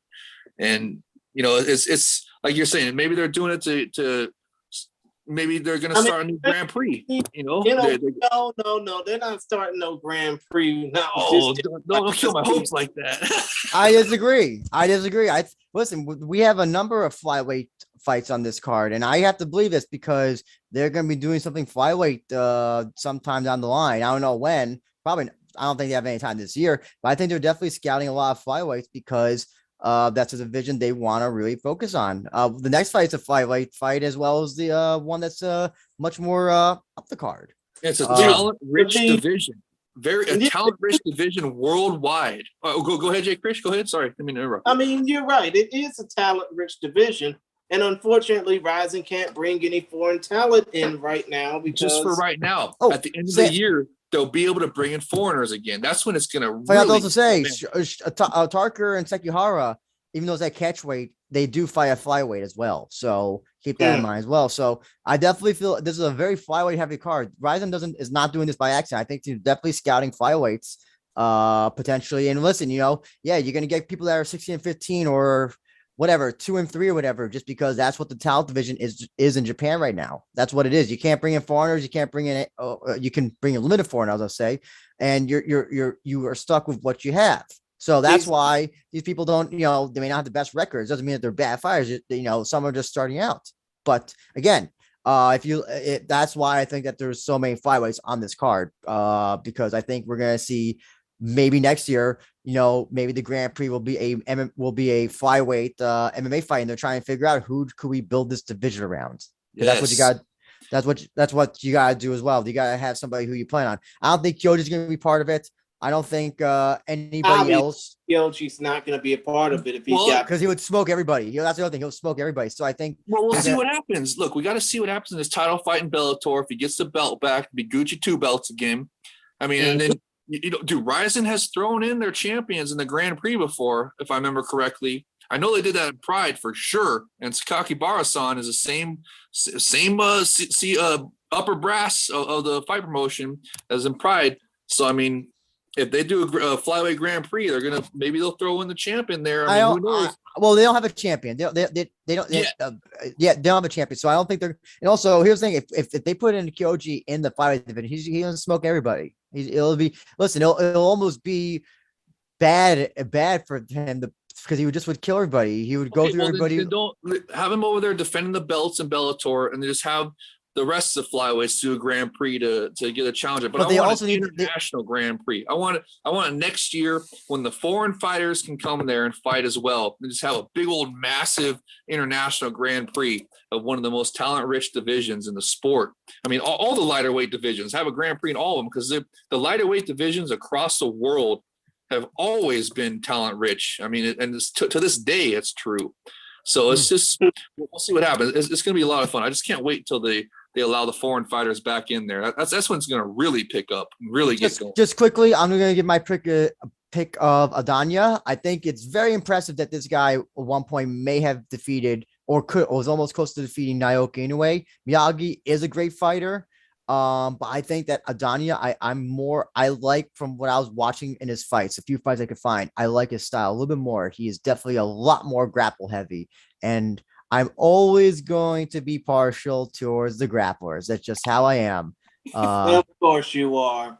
But in a way, when it comes down to this fight, I think if this was any normal Rizin fight card, it'd be a fight basically, to see who's in the top echelon. But I think that this is just a fight card. I mean, I think that this particular fight is just a fight to, show. I mean, basically, this particular fight, Adanya versus Miyagi, even though now we're about to be talking about Haruo Ochi versus Tatsuya actually. I think that the Adanya versus Miyagi fight is just a fight just to see what sticks. So I also don't think this fight would have happened if given the current worldwide circumstances. I don't think that Rizin would have decided to have a 16 and 15 fighter taking on a 16 and 10 fighter. I don't think they would have done that. I think it would have been, you would have had, maybe one of these guys and then taking on somebody who's I don't know, a foreigner or just a better record fighter or something like that. I don't feel like this would have been on a usual Rizin card. I could be wrong, but that's just my theory. No, you're right. You're right. You got to put everything in perspective. These are still considered pandemic cards, basically. Oh yeah, absolutely. But we're gonna talk about this next fight, and I'm gonna have a very interesting pick of this fight. I'm gonna give my reasoning shortly. We got the returning Haruo Ochi taking on Tatsuya So. Ochi probably the best strawweight, or maybe second best, because Jared Brooks did defeat him. So I guess maybe second best strawweight in the world, maybe. Now, well, as far as natural 115 pounders. Yeah. So and Tatsuya So, I don't know if he's one of the best in the world at flyweight. Actually, well, here's the thing. So we got Ochi going up, and So is also actually he's also a strawweight as well. Excuse me. He's also far strawweight, so no difference in size there. So what do you think about this fight, Jay? This is one of my ones I've been looking forward to. Haruo Ochi, you guys remember him. He had a sensational Pride Rules finish in one of the previous Rizins with a soccer kick. So, he's my fighter right there. Any fighter that scores a badass Pride Rules finish, that I'm going to be rooting for them from now on. So I'm definitely all in for Ochi. And if you haven't seen that finish, go look it up. It was, I forget exactly which Epic Rizin it was. It was like, you just look at his record and find it. It was a soccer kick KO, and it was in 13 back on September 30th, 2018, when he TKO'd Mitsuhisa Sanabe. Yes, thank you, Jay Krish. Go look that up. It was fantastic highlight. It was just, then I can't wait to see him fighting. And then said he's proven under the superior rule set, and already proven exciting. So that's one of the hottest bouts of the evening for me right there. I can't wait. I mean, Tapology looks like they got him ranked as a top 10 flyweight in Japan. and he's fighting another guy. Looks like it's Tapball. He's like the 82 pound for pound guy in Japan, apparently. So that's going to be a banger right there. That's got the potential for some fireworks and to be a banger. I cannot wait for that fight. That's one of the most anticipated ones of the card, and I'm definitely rooting for Ochi on that one. Now, Christian, I know who you're going to pick probably, but I want to read. This is from the press conference, and this is what Tatsuya said. He said, "I'm honored to be fighting such a great opponent on such a great stage. I plan to soccer ball kick Ochi in the face and call out Mitsuhisa Sanabe, who has been dodging me for 7 years." So I love him already. Oh, do you change your pick, Jay? No, I gotta go stick with Ochi because he's proven he's already scored a soccer kick KO. But I love the confidence from Tatsuya there. That's a great quote. So. Chris, does that confidence at all? I feel like you're gonna pick Ochi, but if you are, does that confidence at all sway you to So's side? I mean, I think that Tatsuya is basically saying that he wants to he basically wants to see how fast he can beat up Mitsuhisa Sanabe by overlooking, the guy who actually wrote the book on TKO and Mitsuhisa Sanabe and Haruo Ochi. I think that Tatsuya So is getting a little too big for his britches, and I think that Haruo Ochi is going to beat his ass. A little bit interesting. The reason why he called out Tsunabe is that they had a fight many years ago, and it was a split decision loss. So my guess is probably that So thinks that he may have won that fight, and so he's wanted a rematch. And I guess Tsunabe, if we're going to go by what he said no. So I'm going to tell you this. I like somebody who has confidence. I like somebody who talks shit. And I like somebody. Here's the problem is that a lot of these fighters don't know who they want to fight next. He's already done everything. He's got confidence. He says how he's going to finish. And he said who he's going to fight next. So may not be the best fighter, but fuck it. You know what? To go in there with all that planning, I can't fault the guy for that. You know what? Tatsuya Soy, soccer ball kick Ochi.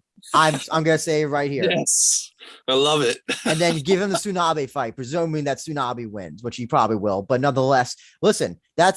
So many fighters, and this is for Rizin, this is for UFC. This is just like almost a general thing. But I'll definitely point to Japanese promotions where these fighters are afraid to. They just say their name and say, "I hope to put on a great performance." He's saying something different. He's saying how I'm gonna beat this guy and who I want next. I want to see more fighters do that, especially in Rizin. I know that fighters do get in trouble sometimes.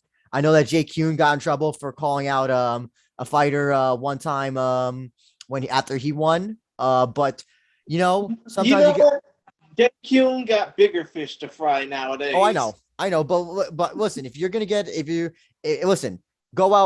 out. If you want to come back, you got to have plans for your fight career. And if So sees this as the biggest opportunity and he's got to do this, you know what? I admire that confidence. He's baller as far as I'm concerned. And you know what? He probably will lose, unfortunately. He is like not going to win at all, but like how can you not love confidence like that? Confidence is half the game. That's what talks you into the building, right, Jay? That's right. That was a great quote that you said.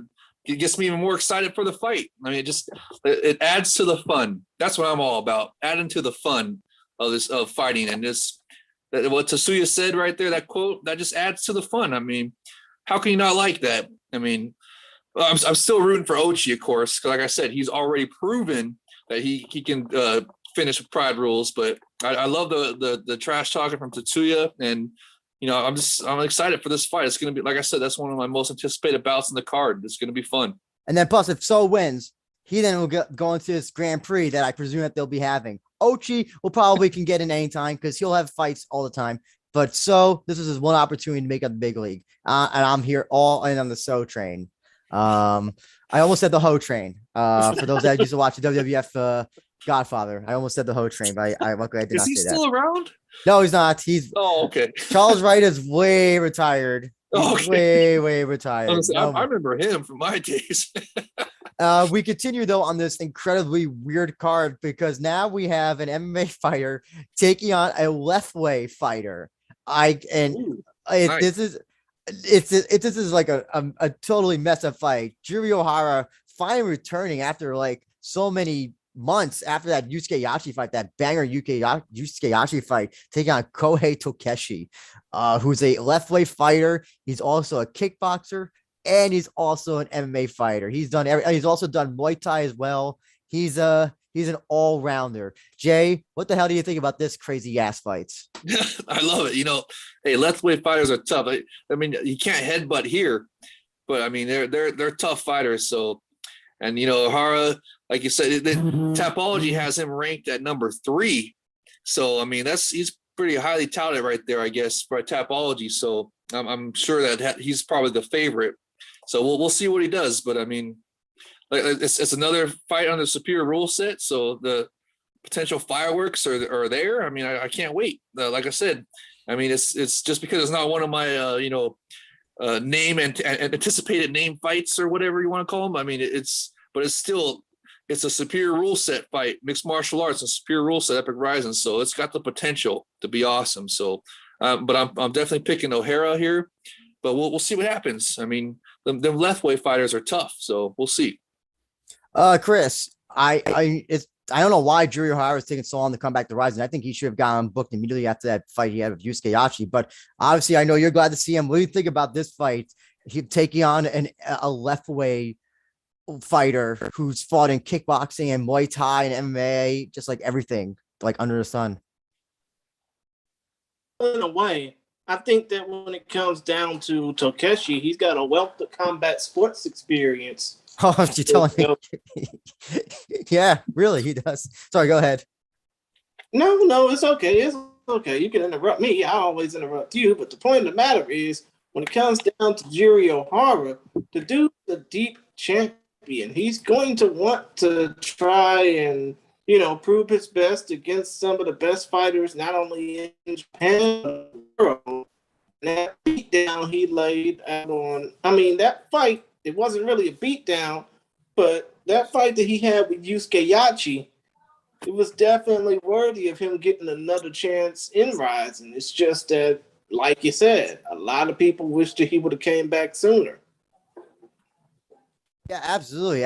And listen, everybody's talking about the Yusuke Yachi getting the next title fight. I hope he does not get the next title fight against this Satoshi. I don't think he's earned it yet. That's my personal opinion. In fact, I think O'Hara has more of a claim to that, in my personal opinion. But that's another story for another day. Anyway, here's what Tokeshi said during the press conference. This is very interesting. He said, "I grew up here in Okinawa in a not so good neighborhood, moved to Tokyo, and I'm back again because Rizin is here. I think I'm the only one who can show a wild fight on this card." What do you think about that, Jay? He's promising a wild fight. I don't know what he fucking means at all. That can mean anything. I love it. Hopefully he brings the chaos hopefully he's a chaos fighter, just like Drew likes. Listen, all I know is that he better not headbutts, because he will. If he does, it's gonna be bad. It's gonna be bad because he'll get disqualified. But yeah, listen, this is an MMA fight. This is Jiri Ohara's.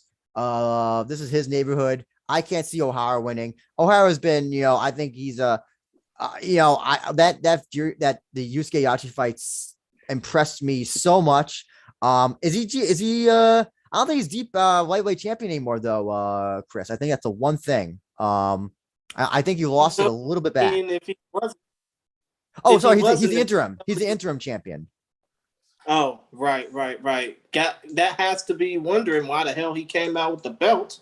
By the way, and yeah, listen, Jiri Ohara, I think, is a fighter that really, I think we're gonna see him out of fighting for the Rizin title at some point. To me, this is just a layup fight. For Jiri. I don't know if they couldn't get anybody else, so that's why they went with Tokeshi.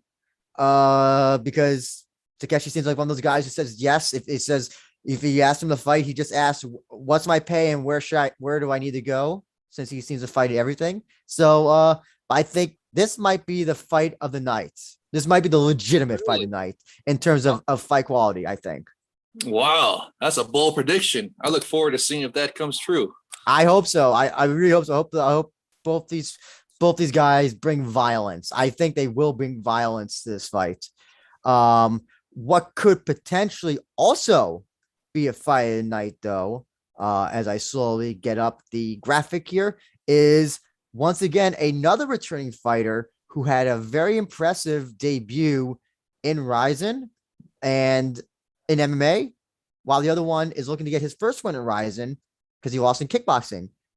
We got Bay Noah, Daryl Okoku, we got Black Panther. We got the title of Black Panther, and our interview with Daryl Okoku, he explains why it's the title of Black Panther's up in the air. Anyway, this is the MMA fight. We saw how Bay Noah did. He destroyed Dominator and only lost because he got red carded for holding ropes. That's my personal belief. I think he would have won if he didn't get the red card. And he looked, for a guy who made his MMA debut, looked fucking great. Daryl Okoku, Gratchen fighter, knows MMA and has done kickboxing. Long-time veteran. Jay, what do you think about this fight? Do you have a pick in this one as well? Who's the true Black Panther? Man, I love this fight. This is one of my most anticipated bouts of the evening because Bay Noah, like you were saying, he's fantastic. He's a kickboxing champion in Rise, and his debut in the Epic Rizin was fantastic for a debutant. I mean, he showed great not awareness, but like he was able to fight in a superior rule set. He showed great awareness of the fighting environment. He was throwing a bunch of cool strikes and attempted. I mean, the guy he was fighting was just a better grappler than he was, unfortunately, but it still was a great performance, even in a loss from Bay Noah, crossover fighter. And I love the crossover fighters.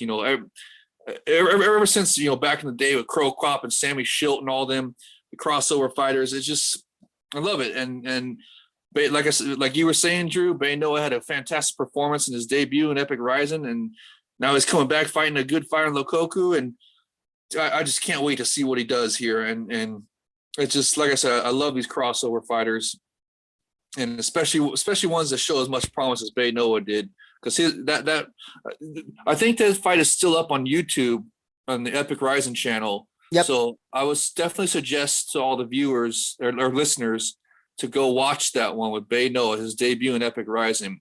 Even though it was a loss, I know it says a loss on Wikipedia or whatever, but it was a good action-packed fight. Had a lot of cool moments in it, and it really showed a great awareness of the superior rule set for Bay Noah, a crossover fighter from kickboxing. So I'm really looking forward to this bout, and I can't wait.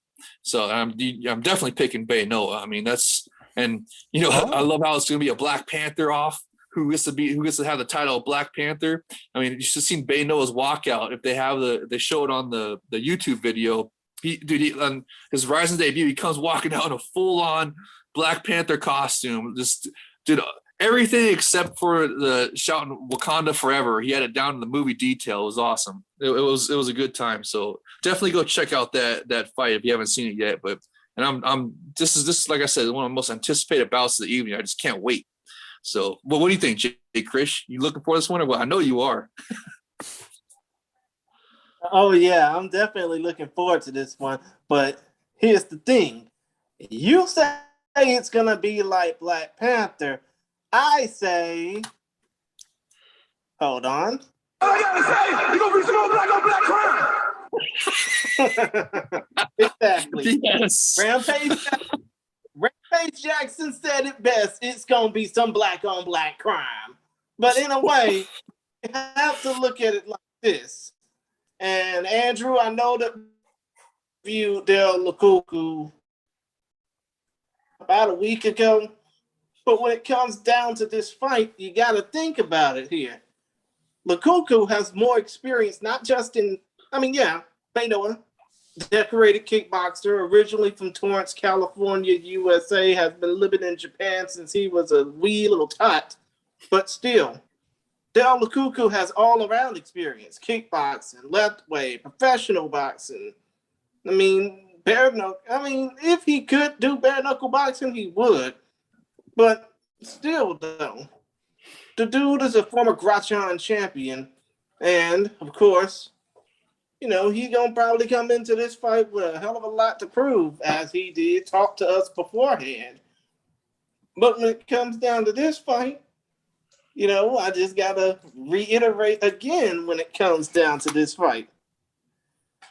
Hold on one second.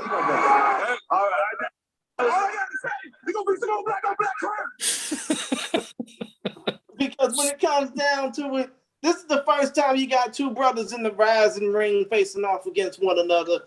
And the fact that it's basically a Kongan, an actual African versus an African American, is just going to be crazy. It's like, I don't even know how to pick this fight correctly without, Plaxico Burris in myself.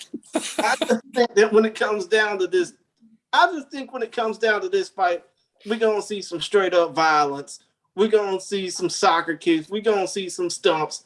We're going to see every single type of excitement that people like myself just love. That's right. This would be why we tune in right here. So here's something interesting in the chat, and I want to know, I guess, what everybody thought. So Code Bay Day, thank you for still sticking with us, by the way. Really appreciate it. He says he wished Rizin would have instead booked Daryl Koku versus Juri Ohara too. They fought years and years ago. Ohara won. And Bay Noah versus Kohei Tokeshi makes sense. Makes sense from an experience point of view. So I guess what he's saying is that, with Okoku Ohara, I guess that's because, they're more excelled in MMA, put those together. And then, Bay Noah, who's just starting out in MMA, and Tokeshi, who has mostly a left way fighter. So what do you think about that? You have to think about it this way as well, because Tokeshi fought his last two bouts in left way, both with devastating knockout power. Obviously, we know Bay Noah's background is kickboxing, and he is the Rise welterweight champion, even though it's at 150 pounds. Mm-hmm. No, that's it. Sorry, go ahead, Chris. Fun fights to make down the line. I mean, especially given the fact that the bookmaking seemed kind of a bit shoddy here, pitting two brothers against one another from another mother. But still, point of the matter is, I wouldn't mind seeing Bay Noah versus Tokeshi and Ohara Lokoku 2 down the line, especially considering the fact that a lot of people didn't see the first one between Lokoku and Ohara. Yeah, here's the other thing as well. Tokeshi, speaking of layoffs, has not fought in MMA since 2017, and that was on Pancreas 286. The next Pancreas show is in the 300s, I think 325. So that's how long Tokeshi's not had an MMA fight. He's been doing headbutt fighting from now since then. But so that's an interesting. I think that counts. That counts. When was his last Lethway fight? I think it was this year. He had one a few months ago. Actually, that counts, man, bro. That counts. That's just hardcore. It's hardcore, but listen, you can still use your head, but you use all 6 limbs, but you can't choke somebody out. That's why I consider it a little bit on the different side. But I get what you're saying. It's still a combat sport, and there's still an aspect to it, but it's still, listen, there's, being excelling at all aspects of MMA gets you farther than somebody who's just good at one. And you can see that, there's, especially in the weight class of like lightweights, where I think you kind of have to be good at everything. If you're a heavyweight, listen, you do have to be a Verdum when it comes to grappling. No, you don't have to. It helps, but you don't have to. But lightweight, I think you kind of have to be very much good, at least a little bit of everything. And speaking of my pick, Chris, did you think of it before we get to the next fight? I'd just like to mention that Tokeshi fought 3 times this year, 2 in lethway, 1 in kickboxing, losing to Miami-born Japanese fighter Shintaro Masakura, and then knocking out Californian Jonathan Valles and Kongan DeGracios Labana via very devastating knockouts. The most recent fight was against Labana back on October 6th. Okay, there we go. So this guy has numbers on him. This guy has, I don't know. Listen, fighters, not everybody can be Donald Cerrone and take a fight every week. So, or Neil Magny, it's some, especially in lethway. This, and he got knocked out already, and so, that's why I think that Jerry Howe is gonna steamroll through him. Chris, what about Lokoku Bay? Who's gonna be the one and only Black Panther? I'm sorry to all the Bay Noah fans who were gonna be. I mean, I know we are all supposed to root for the American, even though Bay Noah has been living in Japan since he was a toddler and barely understands the English language in general. Hey, he's repping the American flag here on Tapology, so he's American. Yeah, I mean, we all know he was born in LA, well, in Los Angeles, California, in the suburb of Torrance, but still. Point of the matter is, from the way that Andrew and I have, we heard, I mean, obviously, the last time we interviewed Daryl Lukuku, it didn't go so well. This time it was so incredible just to hear more about him. And I think that even though this may seem like a comedy bout, not like the next one that we're going to talk about, mind you, I do think that Lukoku was going to get the win in this fight, and it probably won't be by the judge's decision either. Really? Wow. Nice. I'm sorry. I like it. I hate to put my fellow American on the back burner, but that's just how it is. You're throwing an American brother under the bus here. Here's the other thing as well. And when we talk to Lukoku, one of the things that I have to, as just as a human being, one of the things I'm happy is that, I don't know, Jay, if you pay attention to Lukoku's false arrest and that whole thing that happened with him. Oh, I didn't even see that. No. Oh, yeah. He got falsely imprisoned for a crime he certainly didn't commit. And, especially in Japan, like, for that to happen, to not be found guilty of any sort of charges is very rare. And I'm also guessing as a foreign-born person, it must have been even harder as well in that case. I don't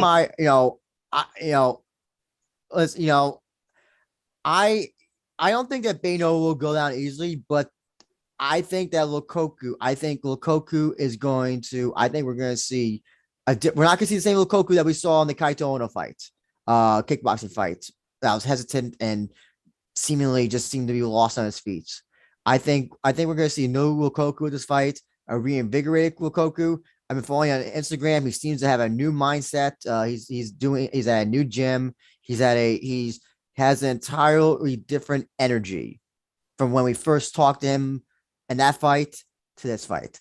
I think Lukoku has this. I think it'll be incredible back and forth, but I think Lukoku is going to fight this fight smart, and I think he's going to win smart. He knows that Bay Noah can possibly knock him around the feet. I don't think this fight's going to be one of the feet. I think it's going to be one on the ground. That's my personal belief. Well, could be, but I mean, you saw Bay Noah. He showed great defensive wrestling ability. Yeah, I'm gonna be honest. Dominator is not that good of a fighter. I hate to say it. He's not that good of a fighter. And also, I think it should also be mentioned. What? Think of it. You saying that? What are you basically saying? That he would get smoked against top international competition? I think so, but also, I think also the just starting out. The other thing you gotta pay attention to was that there was also a weight disparity in that fight. I think Bay Noah came to that fight like so much more heavier than Dominator in that fight. And yeah, I don't think Dominator is I think barring that, I think that Lukoku will know how Bay Noah fights and he can adjust that. That was the first fight, and I think that also Dominator may have taken him a little bit too lightly. Kind of thought he was gonna coast on those takedowns. I think Lukoku is gonna be smart. He's gonna watch those fights, and he's gonna watch that fight and be like, okay, I have the strength in this area of fighting, and he has the strength for this. I can win this way. I can win that way. I think and especially with a new camp, I think we're gonna see that in this fight. I think it's gonna be. I think maybe most if the other fight is not a banger, the Ohara Tokeshi fight is not a banger. I think this will be a fight that I don't think will be a banger. I don't know what to say about this fight, so I'm just gonna give it to you, Jay. Bobby Hogan versus Katsuya Kitamura. I have no idea what to make about this fucking fight. This fight is baffling and confusing. I saw this fight and I was like, what? Jay, Hey, this is the marquee fight. This is what You you know put on what, the Jay? tweet about the show, man. This is what we got to talk about the most. You know Okay. what, Dave? Before you speak, all I gotta make is this analogy. I mean, no disrespect to Daryl Lukuku or, no disrespect to old ass Bobby Oligan either. But I think when it comes down to Rizin, I mean, many people would say in a sports analogy that they're like the 2004 NBA champion Detroit Pistons, as in they are blue collar, grinding, beat your ass and then beat your ass as much as you beat them type of fighters. But in a way, I think that Rizin is a lot like the Dallas Cowboys in the fact that they don't care how bad you are out of the ring. They just care how much you perform on Sundays. Get the That's job right, done. especially during the pandemic when they need fighters and stuff, to fill out these cards. So So Jay, Bobby Oligan versus Tetsuya Kitamura. Okay. What's your thoughts look. while I drink, contemplating my thoughts on this fight? Hey, this is a ratings grab fight, and there's nothing wrong with that. Bobby Olagun is a Japanese TV person, and he's from K1. He had a couple fights in K1. In fact, I think I remember the one from 2005. But anyways, he's it's basically a ratings grab fight. It's to bring in some rating because he's a television personality in Japan. So it's going to be for fun, but I was reading and it's still under the superior rule set, so it's full contact. I mean, it's not playtime in there. They're going in there under full contact. So we're going to see what happens. I mean, if I remember correctly, he showed some not like elite skills or anything, but he showed if I remember correctly, he showed he knew how to fight, get away around the ring a little bit for an amateur. So, I mean, it should be pretty cool. And because, I mean, look, I know it's a ratings grab, I know it's a freak show fight, OG fight, whatever people want to talk trash, but, sometimes those can be a lot of fun, and just look at the one with Bob Sapp that, everyone's talking shit about the current Bob Sapp because of what happened. One of the most recent fights with him in Epic Rizin versus the sumo wrestler, forget what his name is at the moment, Akabona, I think it was, but it was Tsunarashi Kintaro. Oh, okay, thank you. And that it was actually a decent fight. It's pretty fun, right? I mean, that's what I think could happen here. It could end up being, it's an obvious ratings grab fight. It's a television personality in Japan, and that's. It's basically just a fun fight, but sometimes those can deliver. So we'll see what happens here. And apparently, from what I was reading about Bobby Olagun, is that he's like a comedian type of TV personality in Japan. So maybe he'll have some in-ring shenanigans, do some pro wrestling stuff. Who knows? I mean, there's all kinds of, but the main most important thing is that this fight is on a superior rule set. It's actual full contact. It's not playtime in there. They're going in there fighting full contact. So there's some definite violence potential. So we'll see what happens. But like I said, I mean, I'm not hating on it at all. It's a blatant ratings grab fight with a Japanese TV star, and that's fine. There's nothing wrong with that. So let's have some fun. And hopefully that, like I said, that's on a superior rule set. So the potential's there for action. So let's see it. Let's hopefully these OGs bring it. Chris, that's the thing when it comes down to Oligan, what Japanese TV star do you know beats up his wife and still gets recognized for something good? I mean, shit. If this was in the United States, if Bobby Oligan was fighting in the United States, damn well the Me Too movement would crawl out the woodwork and say, oh, this man is violent. He's despicable. He's basically a woman beater. And that's not to knock Me Too. I mean, obviously, I think, Andrew, they're too selective now. I don't think they would do that. It'd have to be, if Bobby Oligan was a disagree black with you, Chris. Conservative or something. I'll say this, Chris. Then they would do it. Chris, I disagree. If John Jones could get away with it, Bobby Oligan can certainly get away with it. Don't even get me started on John Bones Jones. But in answer to your question, so I don't know. Okay. Oh, you have a comment from Kobe Day. He said Bobby Olligan, while he was running for training a couple of weeks ago, saved a person from drowning. Well, that's Oh, good to their know. hero is Good fully for rehabilitated. him. Um, Good for him. so yeah, Bobby Olligan's history is interesting. So he's this Nigerian guy. He came to Japan. His whole gimmick is that he mispronounces Japanese words. So like during the press conference, I have it right here. He kept on calling Sakakibara Gakakibara. Uh, he said, I just found out who my opponent is. Gakakibara got me a crazy opponent. When I fought bigger guys back in the day, I had no idea what I was getting into. But hey, let's see who's got fake muscles in this fight.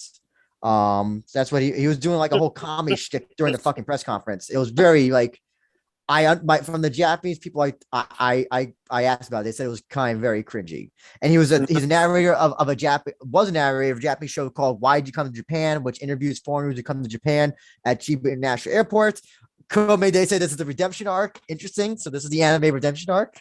Um, um, but yeah, here's the thing. He did fight professionally in K1 a number of years ago, Yeah, I and remember. he did okay, I guess. I mean, For one of the fights, for sure, he did okay. I remember it was was it the Akibona fight?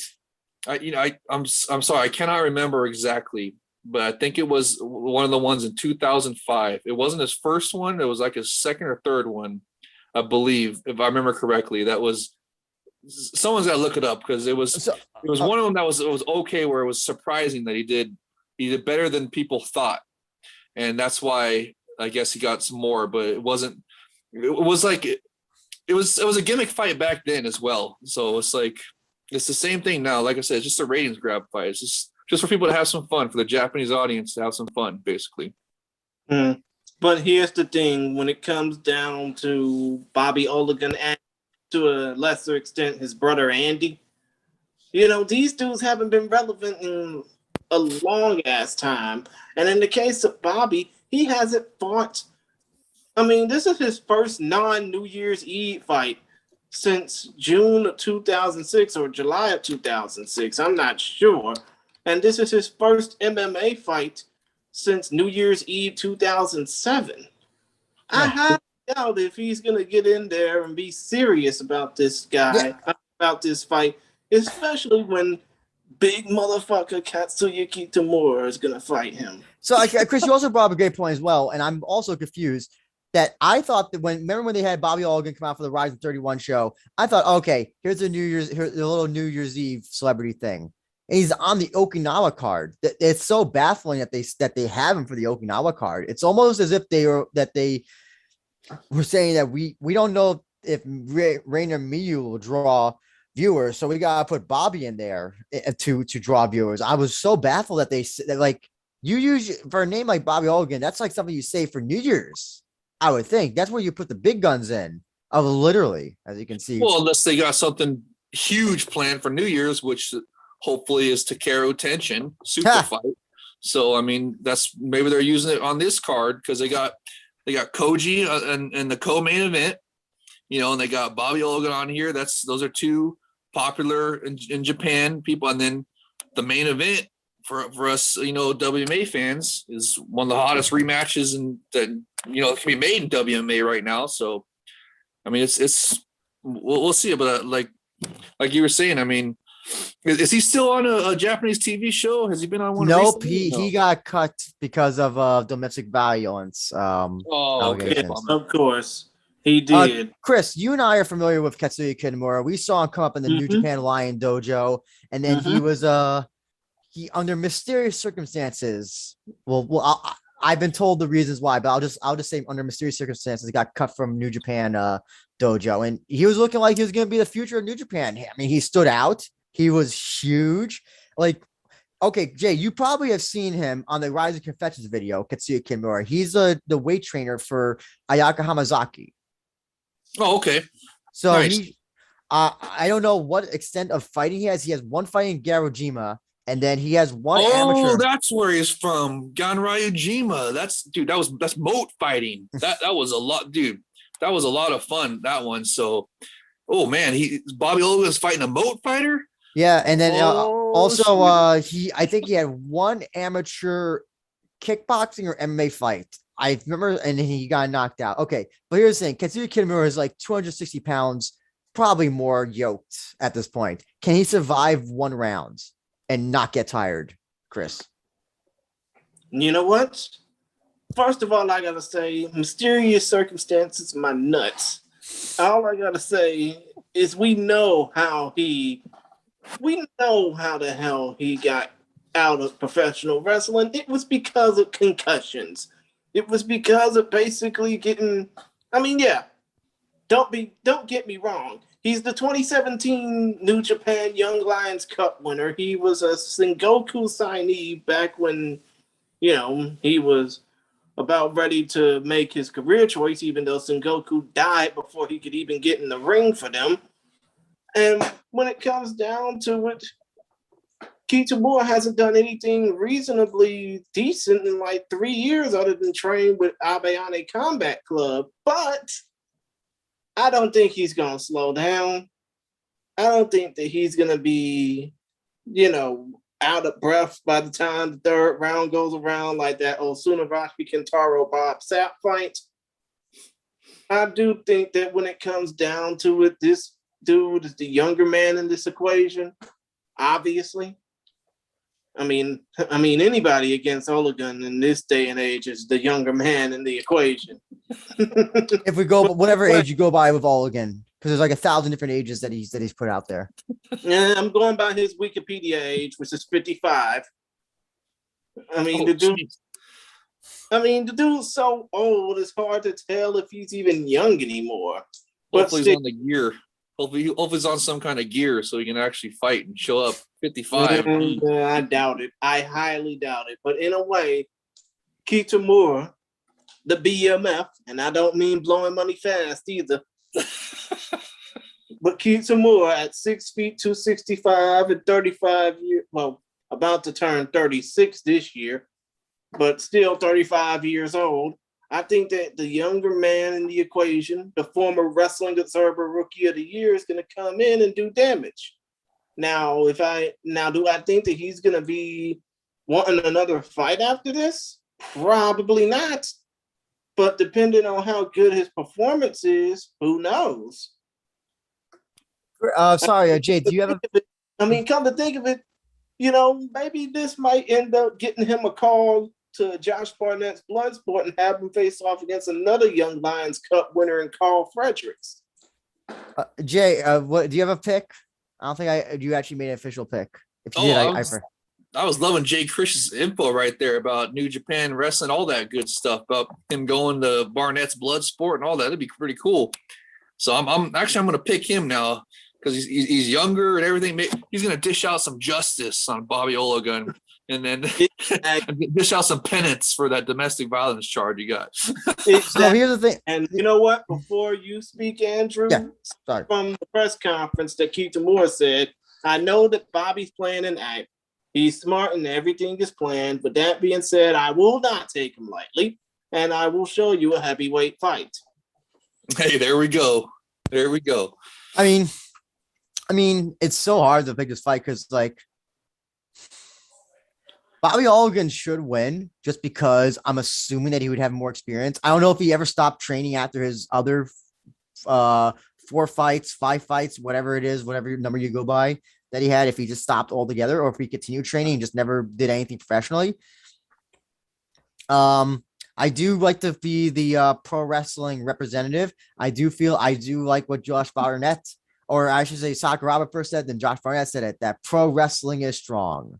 Mm-hmm. Yes. Even though technically Kitamura, because we would not have it any other way. That's right. Kitamura better come in there throwing drop kicks on him. Here's the thing, though: the Kitamura is not a part of pro wrestling technically anymore. He is. I think he just does weight training and bodybuilding and all that stuff, and I guess most fighting.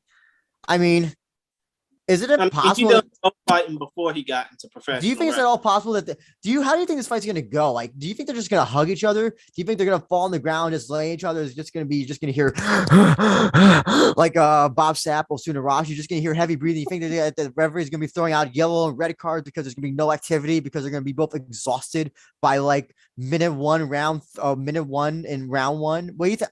I don't know. Like Bob Sapp, at least, like, okay, you know what Bob Sapp does when he's in Japan. He at least fights. Osuna Rashi, he's a sumo. Bobby Olgan is where the fuck a comedian. Katsuya Kitamura is just muscle upon muscle. There's like this picture behind me does not do justice of how fucking big this guy is. It's really like amazing. Like he is just like, he looks like an action figure. That's how, like, what type of muscles that he is. And like when you see him, JayWolf, you're gonna be like, what the fuck? When you see that will be your exact reaction. You know what? Oh, I can't wait now. That's gonna be fun. I have no idea how this fight's gonna go. You know what? Well, how about we go for the pro wrestling thing in this? Daisuke Nakamura recently won. We got Josh Barnett doing his thing. I know Minowa Man lost his fight, unfortunately. Speaking of pro wrestling. But you know what? Maybe could be the way that Kitamura gets a new lease on just sports, like life sports, combat sports. Who knows? And maybe he learned something. Maybe Ayaka Hamazaki taught him like a I don't know, a TP choke or something. I don't have no idea. Yeah. Let's say Kitamura. Do we think that it's going to go all 3 rounds, or is this going to be like decision, knockout? Jay, what do you think? Okay, well, it depends on what Olegun's real age is. If he's over 50, then no. But if he's not, if he's in his 40s still, then maybe it could. But I don't know. I'm expecting some pro wrestling violence. I want to see some drop kicks. Do we see what's her name? Yumiko Hota do what she did against Gabby Garcia, where she ran the ropes. It's all the ropes? Yeah. That'd be great. You should totally do that. Hit some ropes and then go in for like a drop kick big boot or something on him. Chris, do we see a test of strength? Do we see a test of strength between Bobby Olkin and Tatsuya Kitamura? You know what? All I gotta say is, if you think that Tatsuya Kitamura is gonna pull off the same type of stuff that Yumiko Hata tried to do against Gabby Garcia, you must be high on the same type of methamphetamine that Jake Hume's accused of bringing into Australia or something. But really, still, just calling us tweakers. Exactly. But the point of the matter is, when it comes down to Kitamura, he's not going to do any of that pro wrestling stuff. He's just going to come in. He's just going to come in, squash this old dude, get out, and collect the check. You think that's gonna be a squash match? It's gonna be a Kitamura squash match, and Bobby Olgun's gonna get smashed. Really? I mean, it's professional wrestling 101, right? Beat the old man, make him job, collect the check, right? Yeah, but here's pro wrestling, but this is full contact fighting. They're on the superior rule set. There's no special rules match here. Understood. But the point of the matter is, basically what I'm trying to imply here is that anything can happen in mixed martial arts. Yes. It's like come on. We basically lay witness to fast knockouts, fast submissions, grueling fights, and as Big E once said, big meaty men slapping meat. But this fight will be quick, fast, and in a hurry, and I think that Kitamura is just going to show why. I mean, even if it's just for one fight, show why he hasn't lost a step after leaving professional wrestling behind.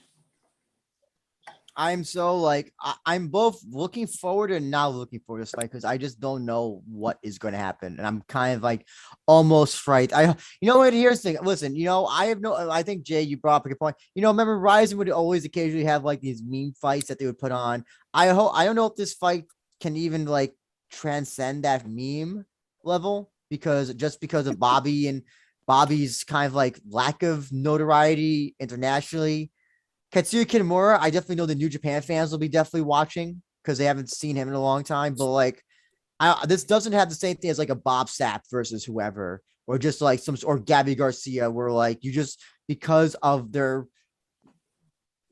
how they are, they kind of like you tune in. Do you get what I'm saying? Yeah.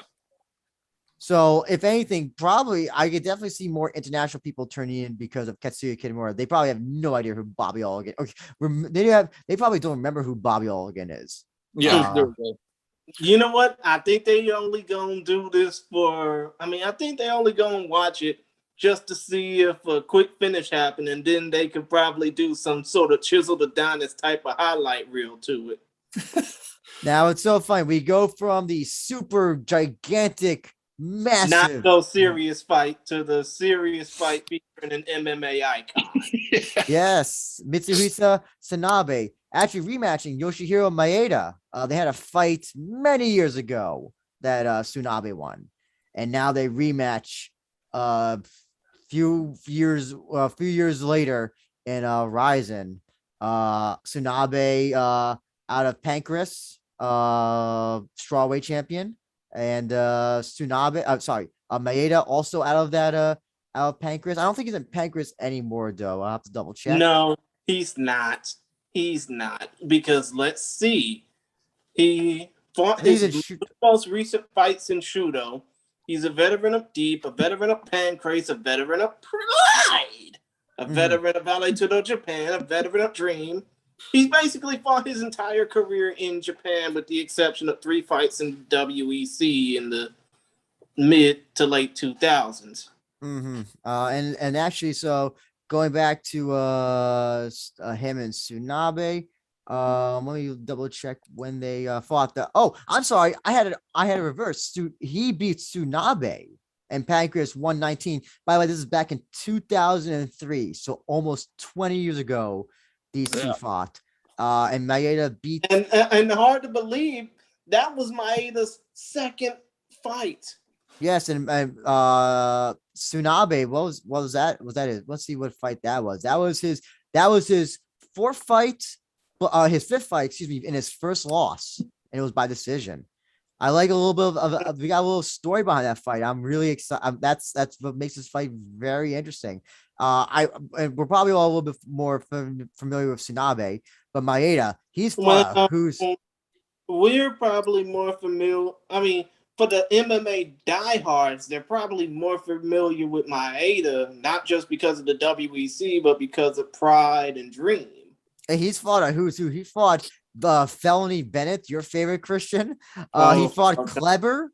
He actually Maeda beat Clever in Deep a number of years ago. He beat Masanori Kanehara. He's beat Otsuka. He beats Joe Pearson. Yeah, Ochi. He fought on the same card as Uriah Faber, even though he lost to Miguel Angel Torres. Yeah, that was a big fight. That was WEC. That was actually a really hyped fight for the which title was that? I think it was for a title, right? Was it WEC bantamweight title, if I remember correctly? Correct. Yeah. So he's been, he's no slouch. He might have taken a few losses. I mean, look at like a 38-19, and then it's like, and then Tsunabe was on this long ass winning streak before Rizin happened. And then Ochi kicked his head all the way into the 10th row, really. Yes. Great highlight. What's interesting is that both these two fighters have lost their last two. So they're coming in both of losses. And they're both looking for a win. Jay, what do you think about this fight?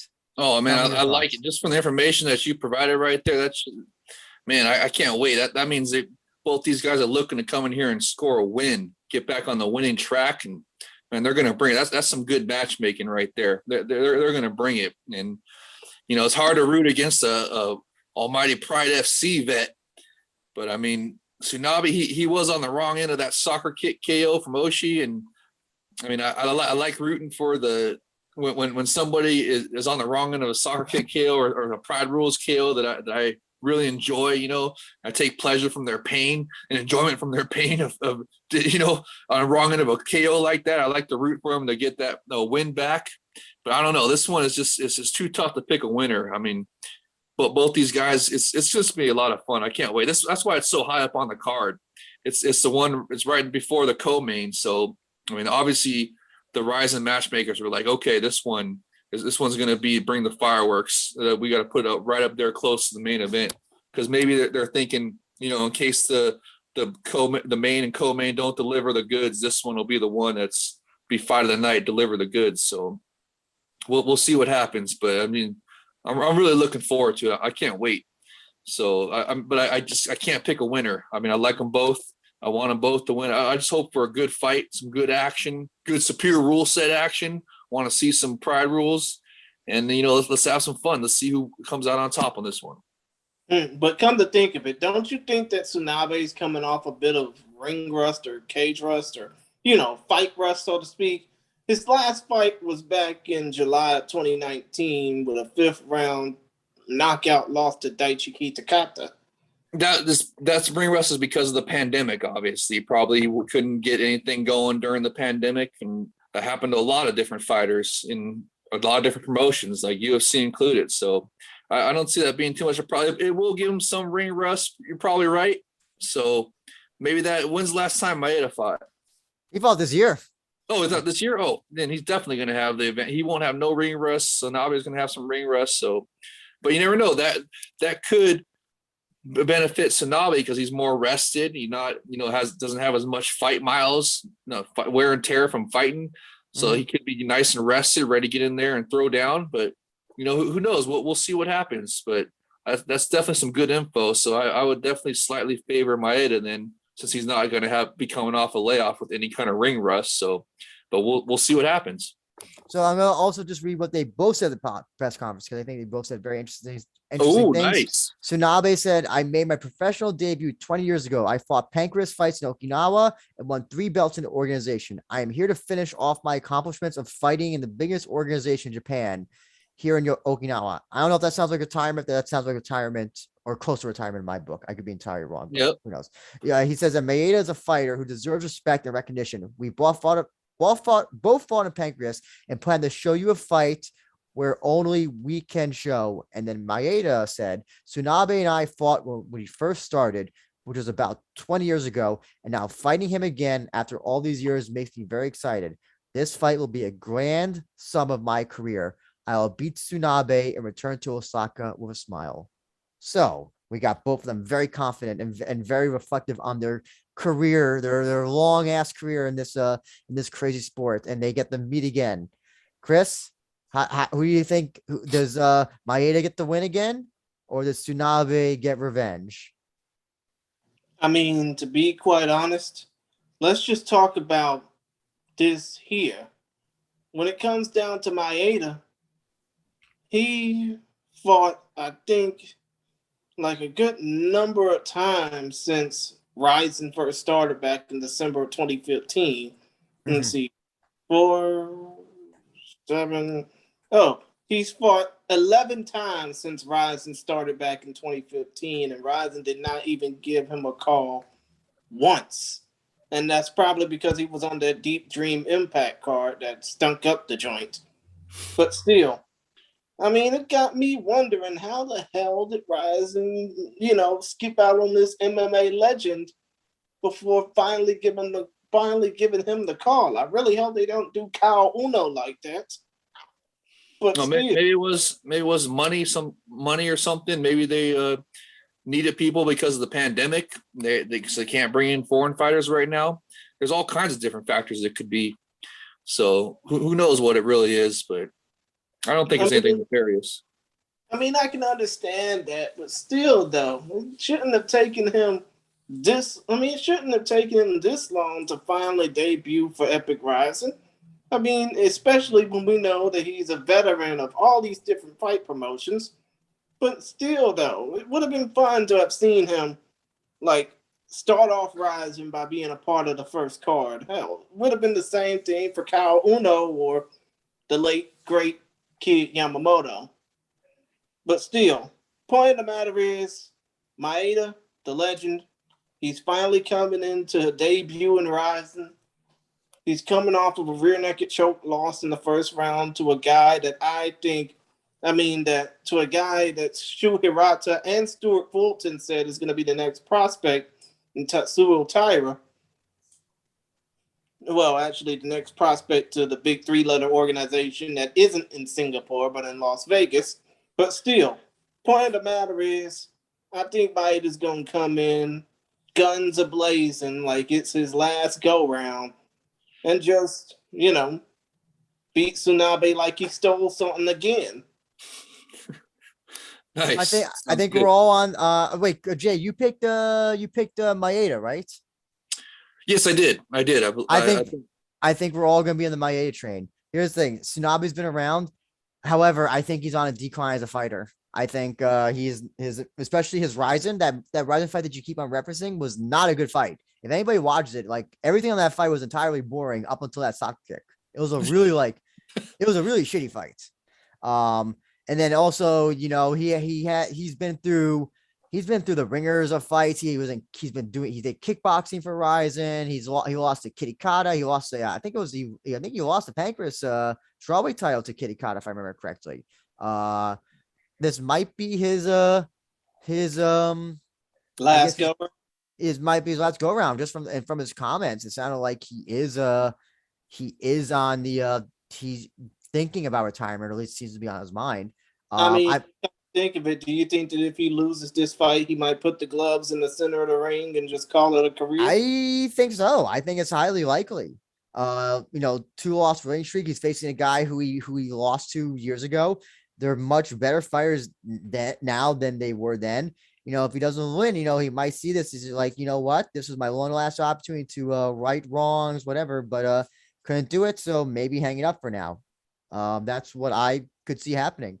And also not to mention he's 40.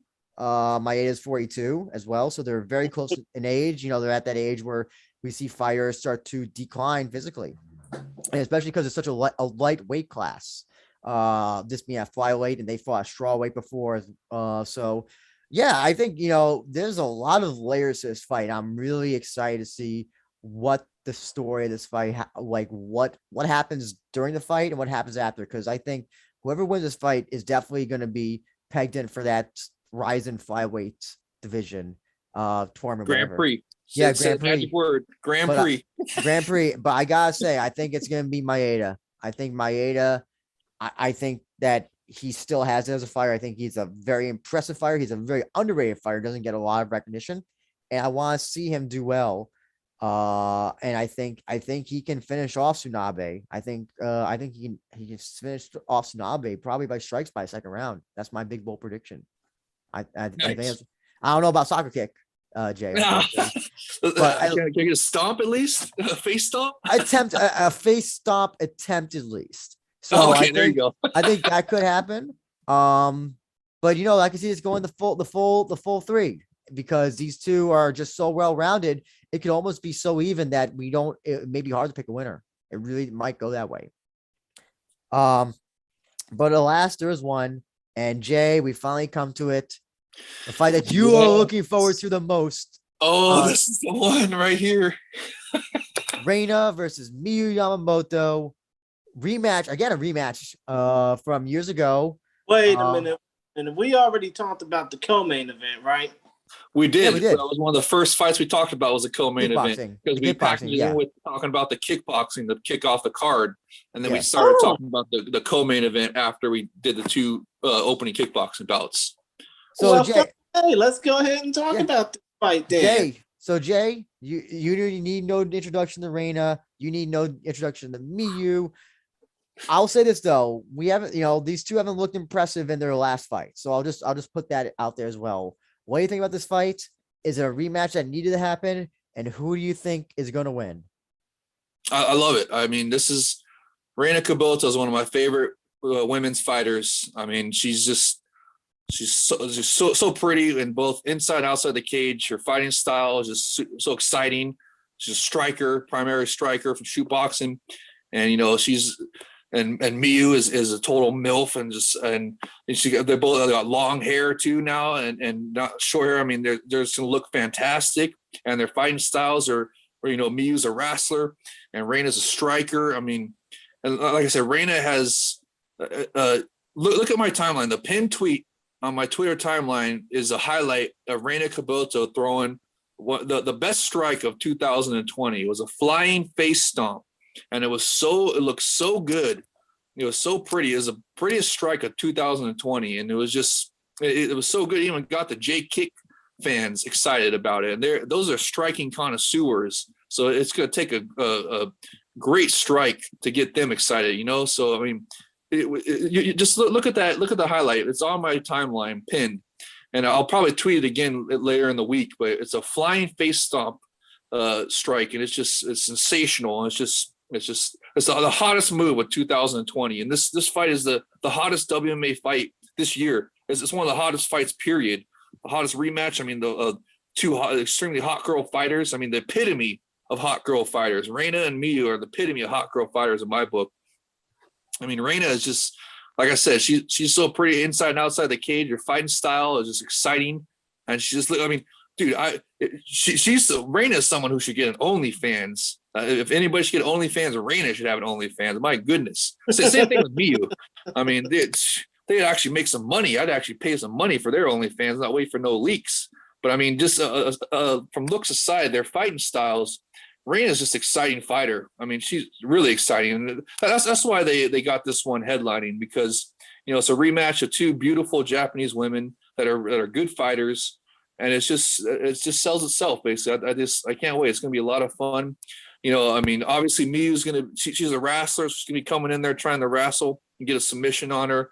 Reina, she's a striker, shoot boxer, and, is a really exciting fighter. She's going to be looking to strike. She's already proven on the superior rule set, knows how to throw stomps, obviously. In fact, that stomp was so pretty from 2020. She should be going to the gyms in Japan and teaching these fighters how to throw a proper flying face stomp. I mean, that was literally, just look at the highlight. It's the prettiest flying face stomp you'll see of the new era for sure.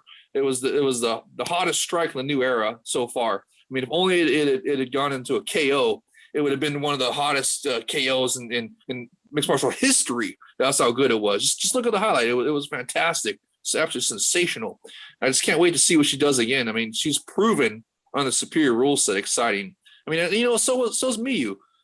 I remember her throwing some grounded knees as well. So she knows how to throw a fight on the Pride rules. So it's going to be really fun. And it's a great main event. I'm happy that the ladies are main eventing and getting the top billing, because they deserve it. It's going to be really fun. So I'm just looking forward to it. I just can't wait. I'll be there watching with you guys, and it's going to be a lot of fun. And then, after this one, then we get the Rizin Trigger series the week after. I mean, it's just, like I said, it's just kicking the fun train is rolling right now down the tracks, and there ain't no stopping it. This is going to be a lot of fun. So, this, and who do you think's going to win? You probably think Miyu's going to wrestle her way to a decision, huh? But I'm hoping that Reina pulls off the upset and gets a finish. I think if I remember correctly, I think Reina beat her the first time. I could be mistaken, but I believe Reina got the W the first time. So she could probably do it again, but we'll see. I mean, it's going to be a lot of fun. So who are you guys rooting for on this one? Chris, what do you think? I mean, to be honest, Reina got the victory the first time around back December 2016, choking out Miyu Yamamoto via cravat submission hold, which, of course, you mentioned was one of the most beautiful submission holds that there was in Epic Rizin. That's the fact that she gave a triangle armbar, flying triangle armbar to Elena Valentino on that second Rizin show. Just a all hot girl fighter inside out the ring, man. Just the style, everything, just fantastic. I love it. Yeah, but when you think about this, we all know, regardless of how milfy we think the fighting Queen Bee of now Spike 22, no longer with Crazy Bee anymore, but she's basically married to Kyle Aguiwan now, so he gets to have all that glory to himself, even though he's still older than he is by a wide margin. It's like a May-December romance, people. But still, point of the matter is, we all know Miyu ain't getting no finishes. I mean, anything that her late great brother Kid Yamamoto taught her, it's falling by the wayside over the years. Even though Doesn't she she have submission? still, huh? Don't she have submission finishes? Doesn't Miyu have some submission finishes or no? Let me check. Because obviously, aside from that, she doesn't have any finishes of note. It's just the fact that she's probably one of the. I mean, yeah, she's one of the more underrated fighters in the Rizin Fighting Federation, and definitely at 47 years old, one of the last workhorses in mixed martial arts. And unfortunately, no, she does not have a finish of any kind. Like, seriously, she is a no finish fighter. And the fact is, she fought all of her fights in the Rizin Fighting Federation, which goes to show how much Rizin and how much we, as a fan base, love her. But you gotta think about it this way. These two women have not fought respectfully since late last year. Kubota getting a decision victory over Emi Tomimasu, driving her win streak up to 3 with a knockout win over an 0-3 Spanianita, and of course beating up Lindsay Van Zant, which I really hope that rematch. I mean, I really hope that trilogy fight gets worked on when the international restrictions die down. Yes, next year. Exactly. And obviously, Miyu Yamamoto lost in a heartbreaking leg scissors choke finish to Ayaka Hamasaki on New Year's Eve for the Rizin Super Atomweight Championship, which would have given her the opportunity to become the oldest fighter, male or female, to become a world champion in major MMA, despite the fact that people don't think Rizin is major MMA, which I say, fuck him. Yeah. Still. It's obviously major. It's obviously one of the big stages. I mean, then you know what? Just let them hate, okay? Because next year, once the international fighters are back, you'll see. And especially now they're doing the Trigger series where they're going to have pride rules in the cage. Mm-hmm. The sky is the limit. You'll see. They're going to take off like a rocket ship to the moon next year. You'll see. You heard it here first. It's going to be fantastic. It's going to be so much fun. I can't wait. Chris, Exactly. Chris, to bring it back, I'm going to ask. So, what is it when it comes to Miyu or Reina? How do you think this fight goes, and who do you think wins? I wouldn't be surprised if we see Reina Kubota get another victory over Miyu Yamamoto, but it definitely won't go to the judges' scorecards. It'll probably be via submission. But if Miyu wins this fight, she's going to have to go and put everything she got into that 47-year-old body of hers and try and pull off a win that her brother would be proud of, or would have been proud of if he was still among us. Now, when it comes down to what they said at the press conference, I know, Andrew, you probably want to talk about this, but Reina said, "It's been a year since my last fight, but I've been training hard and my confidence is growing. I feel that this rematch was destined to happen here in Okinawa, where it means so much for both of us. This fight will determine the direction of my final stretch of my career, so I plan on having a good performance and not giving Miyu successful revenge." Miyu said, "Okinawa is a very special place in my heart, where I started my MMA career with my son Urson and my brother Norifumi Kid Yamamoto. I have many people here in Okinawa who I'm proud to call my family, and I want to put a smile on their faces. I've gotten much better since 5 years ago, so I'm willing to get revenge." Now, Andrew, seeing the fact that you just asked me who do you think is going to win, I mean, after hearing those comments that I spewed out from the press conference, who do you think is going to have the advantage on paper? So, here's an interesting thing I'm going to throw out there. So, when it comes to rematches, Miyamoto so far is 1-0. Because remember, she fought Andy Nguyen twice. Lost the first time, won the second time. Oh yeah, Reina. of course she lost to the Clayson, who's now sadly fighting elsewhere. I don't see why Rizin didn't give her Now a Reina, chance. Reina Remember on the the other pandemic, hand, Jay Krish. Pandemic. They Reina, have about Reina on the oh, go other ahead, Jay. hand, Reina Go on the other hand. Okay, so she fought Kana twice, lost both times. So that's 0-2 when it comes to rematch. 0-1 when it comes to rematches. And then she beat Lindsey Van Sant when they faced each other again in Rizin. Lindsey Van Sant beat her in Bellator. So 1-0. So 1-1 when it comes to rematches with Reina, 1-0 with Miyu. I think it's very interesting that Miyu technically is more successful when it comes to rematches. So here's the other big brain theory thing I have. I think that Reina's not in the fight game anymore. I know that one stomp is from the Emi. I think it was from the Emi Tomomatsu fight. And Reina did not look at all very impressive in that fight. Reina's not looked very impressive. And she fought Samantha Jean-Francois as well. And again, didn't look impressive in that fight as well. I don't think that Reina is in this for the long run. I think that Reina, come to think of it, Andrew, did you think she looked impressive against that 0-3 Spaniard? Well, that was like a blind person could look good, blind, deaf, and in a wheelchair could look against what was it, Alexandra Alvarez, I think that was. Alexandra Alvarez Carlos. That was it. So yeah, so in that case, yeah, that was an easy win for Reina. I think though, I don't know if Reina seems to be into this fight game that much. She keeps on talking about retirement. I think she's actually legitimately thinking about retiring right now. There's talk about Ayaka and her fighting and possibly being both their last matches. So I think whoever wins this fight will probably be next in line for Ayaka. Either way, we get a rematch if it's Miyu and Ayaka. If not, we get Reina and Miyu. Presumably, maybe they both retire since they're both friends. They both talked about retirement so much. I do think though that Miyu, when I see Miyu, she gets better every time, and I think that the only way you can negate her game plan is if you have great takedown defense. I don't know if Reina has that takedown defense to negate Miyu's.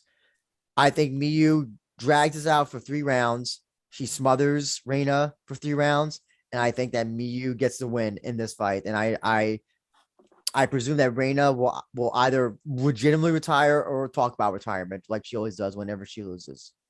That's my big theory for this fight. I'm assuming she's not gonna I don't think that Miyu will put herself in the same position that she did last time to get choked out by Reina. I think she's learned from that loss. I think that's the one thing about Miyu is that she seems to learn from her losses. So I think that I am looking forward to this fight and seeing what these two who have not fought in quite a while, what they're going to be like once the bell hits. I mean, it's obviously like you said, when it comes down to fighters like Miyu, they don't lose, they learn from their mistakes. And I do think sorry, go ahead. I do think that, when it comes down to Miyu, I mean, she's basically been going through the ringer since she started doing this whole MMA thing. I mean, it's a damn shame she wasn't on the damn Tokyo Dome card, which would have been a full circle moment for her because she was on the Big Egg Wrestling Universe card all the way back in November of '94 on the same card where Medusa lost to Aja Kong. No, wait, Bull Nakano. Yeah. But still, though, Miyu's had a long, hard road just to get through, this stage in her career, this stage in her life. And I would not be surprised if Miyu gets the win and gets revenge over Reina. But if Reina wins this fight, we all know that if she gets this next women's atomweight title shot, her first, it'll be her last.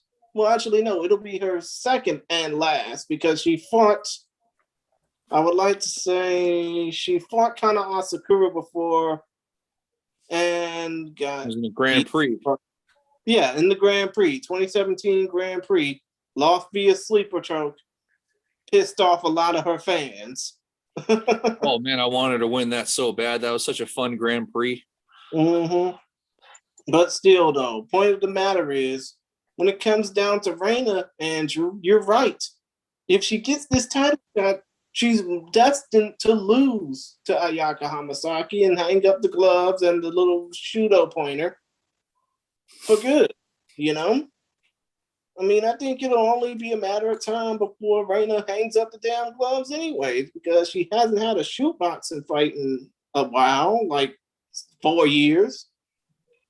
July 7th, 2007, when she defeated Jelena Valentino again on the same card with Gabby Garcia, soccer kicked Megumi Yabushita's face in and got disqualified. Yeah, so I think that's what it comes down to. But that does bring us to the end of this card. Jay, 3 fights you're looking forward to the most. You can only pick 3. Only pick 3? Okay. Obviously, the main event, Reina Kabuto, Miyu Yamamoto, hottest hot girl fight in a long time. That's going to be so much fun. Bei Noah, crossover fighter, kickboxing champion, looked fantastic in his debut, even though it was a loss, but it showed great acclamation to the superior rule set. Can't wait to see what he does again. And then for my third one, I don't know. That's a tough one. There's a bunch of good ones here. A couple of bangers like that. Maeda Tsunabe one. I mean, I think I'm going to go with the Ochi and Tatsuya fight. Just because Ochi's proven himself on the superior rule set. I already got a soccer kick KO before. So, I mean, I'm going with the proven superior rule set fighter on an Epic Rizin full contact superior rule set. Okay. I'm going to go with Ochi. That's my third pick is the Ochi Tatsuya fight. So Chris? I got the main event, Miyu and Reina, hottest hot girl fight in a long time. The Bei Noah Lokoku kickboxing crossover fight, and then the Ochi Tatsuya superior rule set, proven superior rule set fight. Those are my 3. Okay, Chris, how about you? Outside the main event, because obviously we shouldn't even count that because we're all looking forward to that. Yes, we are all looking forward to that, whether we are fans of MILFs or not. Who's not a fan of MILFs? Come on. They don't exist. But still, point of the matter is, outside the main event, obviously I'm looking forward to the Tsunabe versus Maeda rematch, as well as the 2 fights after the intermission, Lokoku versus Bei Noah, and the big motherfucker Katsuya Kitamura versus Bobby Old Ass Olagun. In my case, as far as kickboxing fights go, I can also say I'm looking forward to Koji's fight as well. Okay. Quickly for me, the ones I'm looking forward to most, So versus Ochi, because So said he has a game. He's already said what he's going to do. And I look forward to seeing him execute that game plan. I could choose the main event, but I think that'd be too easy. Juri Ohara, Kohei Tokeshi, because I think that's going to be a fucking violent barn burner. I really do think so. That's a good pick. I wanted to pick that one too. And then who the fuck knows? You know what? Let me just say for shits and giggles, Bobby Olgan and Katsuya Kitamura. Who the fuck? Because I don't know what the fuck's going to happen in that fight. You know what? I don't know. I don't know. It's either going to be so entertainingly bad or it's going to be so entertainingly good. It's going to be either or. There'll be no skills whatsoever. Remember what happened to Shibatar bout? That was supposed to be another one like that, where it was like, you know, a freak show fight. Ended up being very entertaining. So you never know. That's true. That's true. We don't have a lot of time, but JayWolf, I know you want to talk a little bit Trigger. Just give us mini thoughts on Trigger coming up on the 28th. Yeah, you know what? Hopefully we can do another show with CJ where we talk about Rizin Trigger series, but that's in 2 weeks. And the Trigger series is basically a Rizin event, but it's in a cage instead of a ring. The Epic Rizin is usually in a ring, but this time the Rizin Trigger series is in a cage. And it's going to be really cool. And they're going to have the full superior rule set in the cage. I mean, soccer kicks, stomps, up kicks, slams, everything. All the awesome strikes. And remember, Pride rules in a cage is how one championship blew up big. That's how they got super. I remember I was watching the whole time. That's when they started blowing up. Is once they allowed Pride rules in the cage after that Arlovsky-Sylvia fight. That's when they started, their popularity started skyrocketing because there was just violence central over there. That's that one of the fighters that beat Eddie Alvarez, Timothy Nasyukin. He used to have it, dude. Every fight would be a soccer kick knockout or something. It was awesome. So I'm telling you, Pride Rules in a Cage was just it's exciting. It's the bottom line. It's just extremely exciting.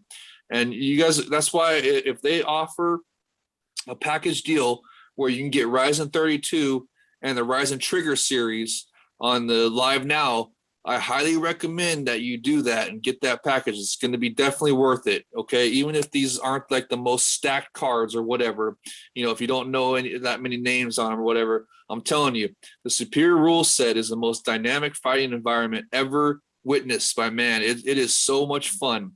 And it's the Trigger series is going to be in a cage. That's what the Western audiences love.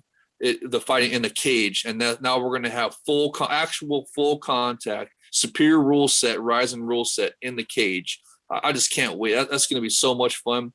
I just hope that that no serious injuries happen is what I'm hoping for. But I can't. I know it's going to be extremely violent. Just going to be action packed from top to bottom. It's going to be so much fun. That's why I'm telling you guys, hopefully Epic Rizin is smart.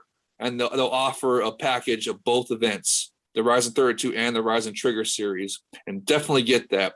And if they don't offer a package event, definitely get both of them because it's just going to be a lot of fun. And hopefully Drew and Jay Krish will have me back on here so I can talk with you guys. Maybe hopefully CJ will be available. I mean, to give you guys a preview of the the Rizin Trigger series event. Because it's just going to be a lot of fun. I'm telling you, Pride Rules in the Cage is awesome. You don't have to worry about, that was one of the only criticisms of the almighty Pride FC is that there sometimes, action would be going on to be, high pace action, but then they have to do a restart because they'd almost be falling out of the ropes or whatever. Now, those restarts were one of the only criticisms of the almighty Pride FC.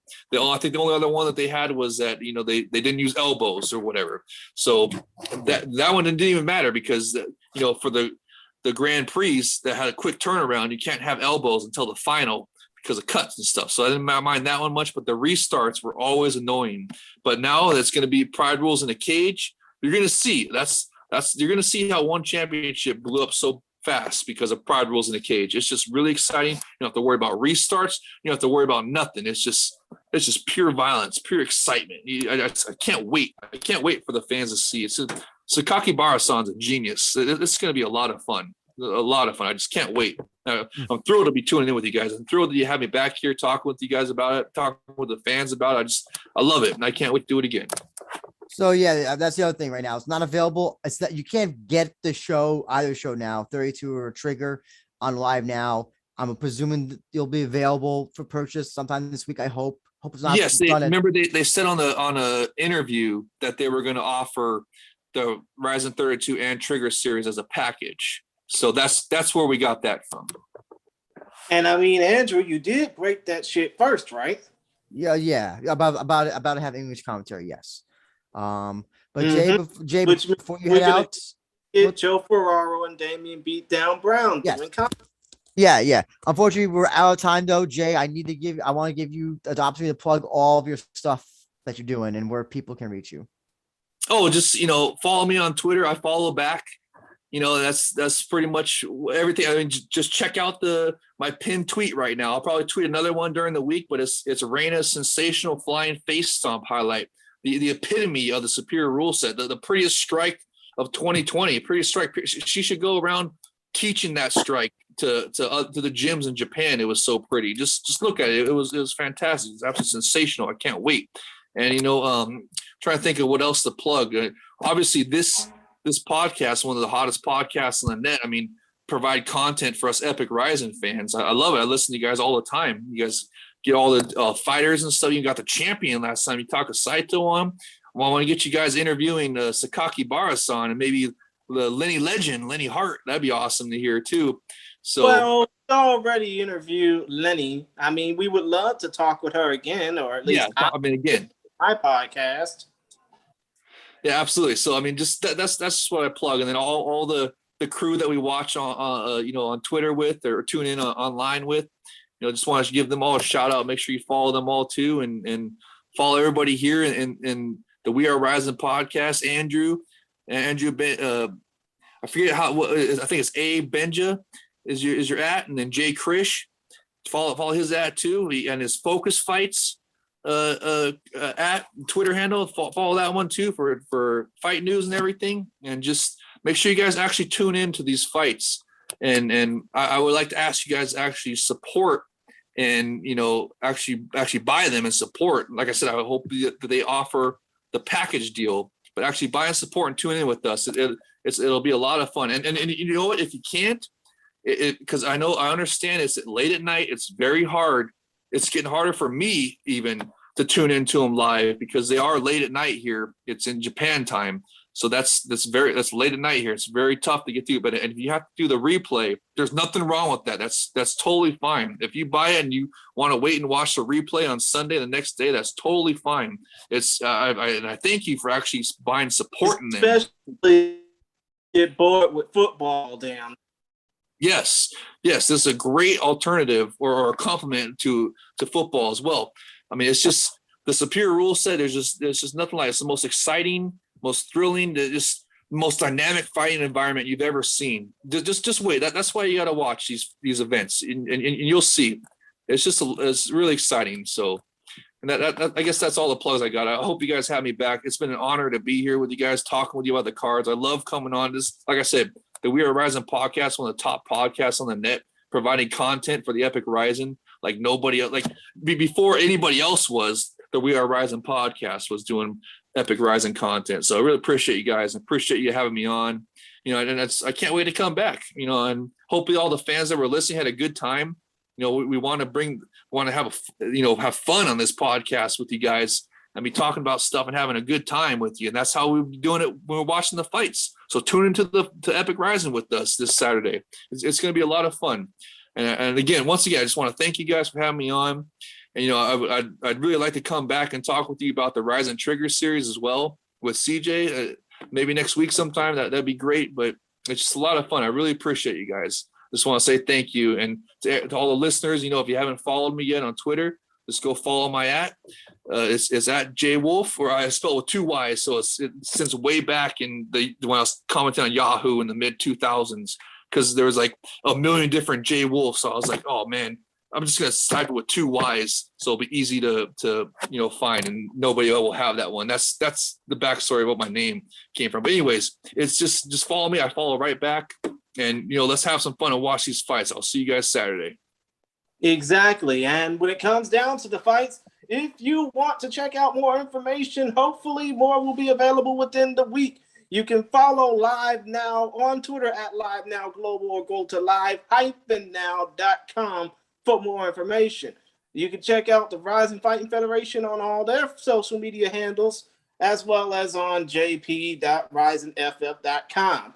And of course, if you want to check out more of my podcast, Focus Fights Audio, or this podcast, the We Are Rising Pod, follow the respective Twitter handles on Twitter at Focus_Fights, at We Are Rising Pod, WeareRizinPod, all in one word. Or, you can check out our respective podcasts on Stitcher, SoundCloud, YouTube, Apple Podcasts, Google Podcasts, or wherever you get your fights. Wherever you get your fight content of choice, and we help you subscribe to this YouTube channel as well for more hot interviews that Andrew helped put out for more information. But other than that, what am I trying to say? I'm trying to pull Tony Schiavone here saying, the tank machines are rolling, and we're desperately out of time. But still, but at ABenja1 and at JayWolf1, JayYolf1, I'm at Chris Gary 92, saying peace, my peoples, one love world, good fight, good night. And as the great Lenny Hart always likes to say as we close things out, I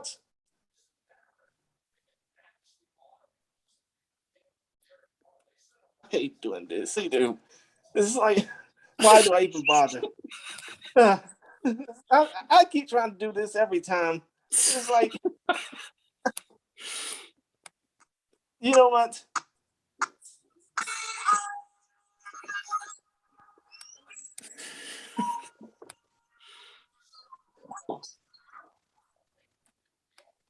And now, officially, we are done.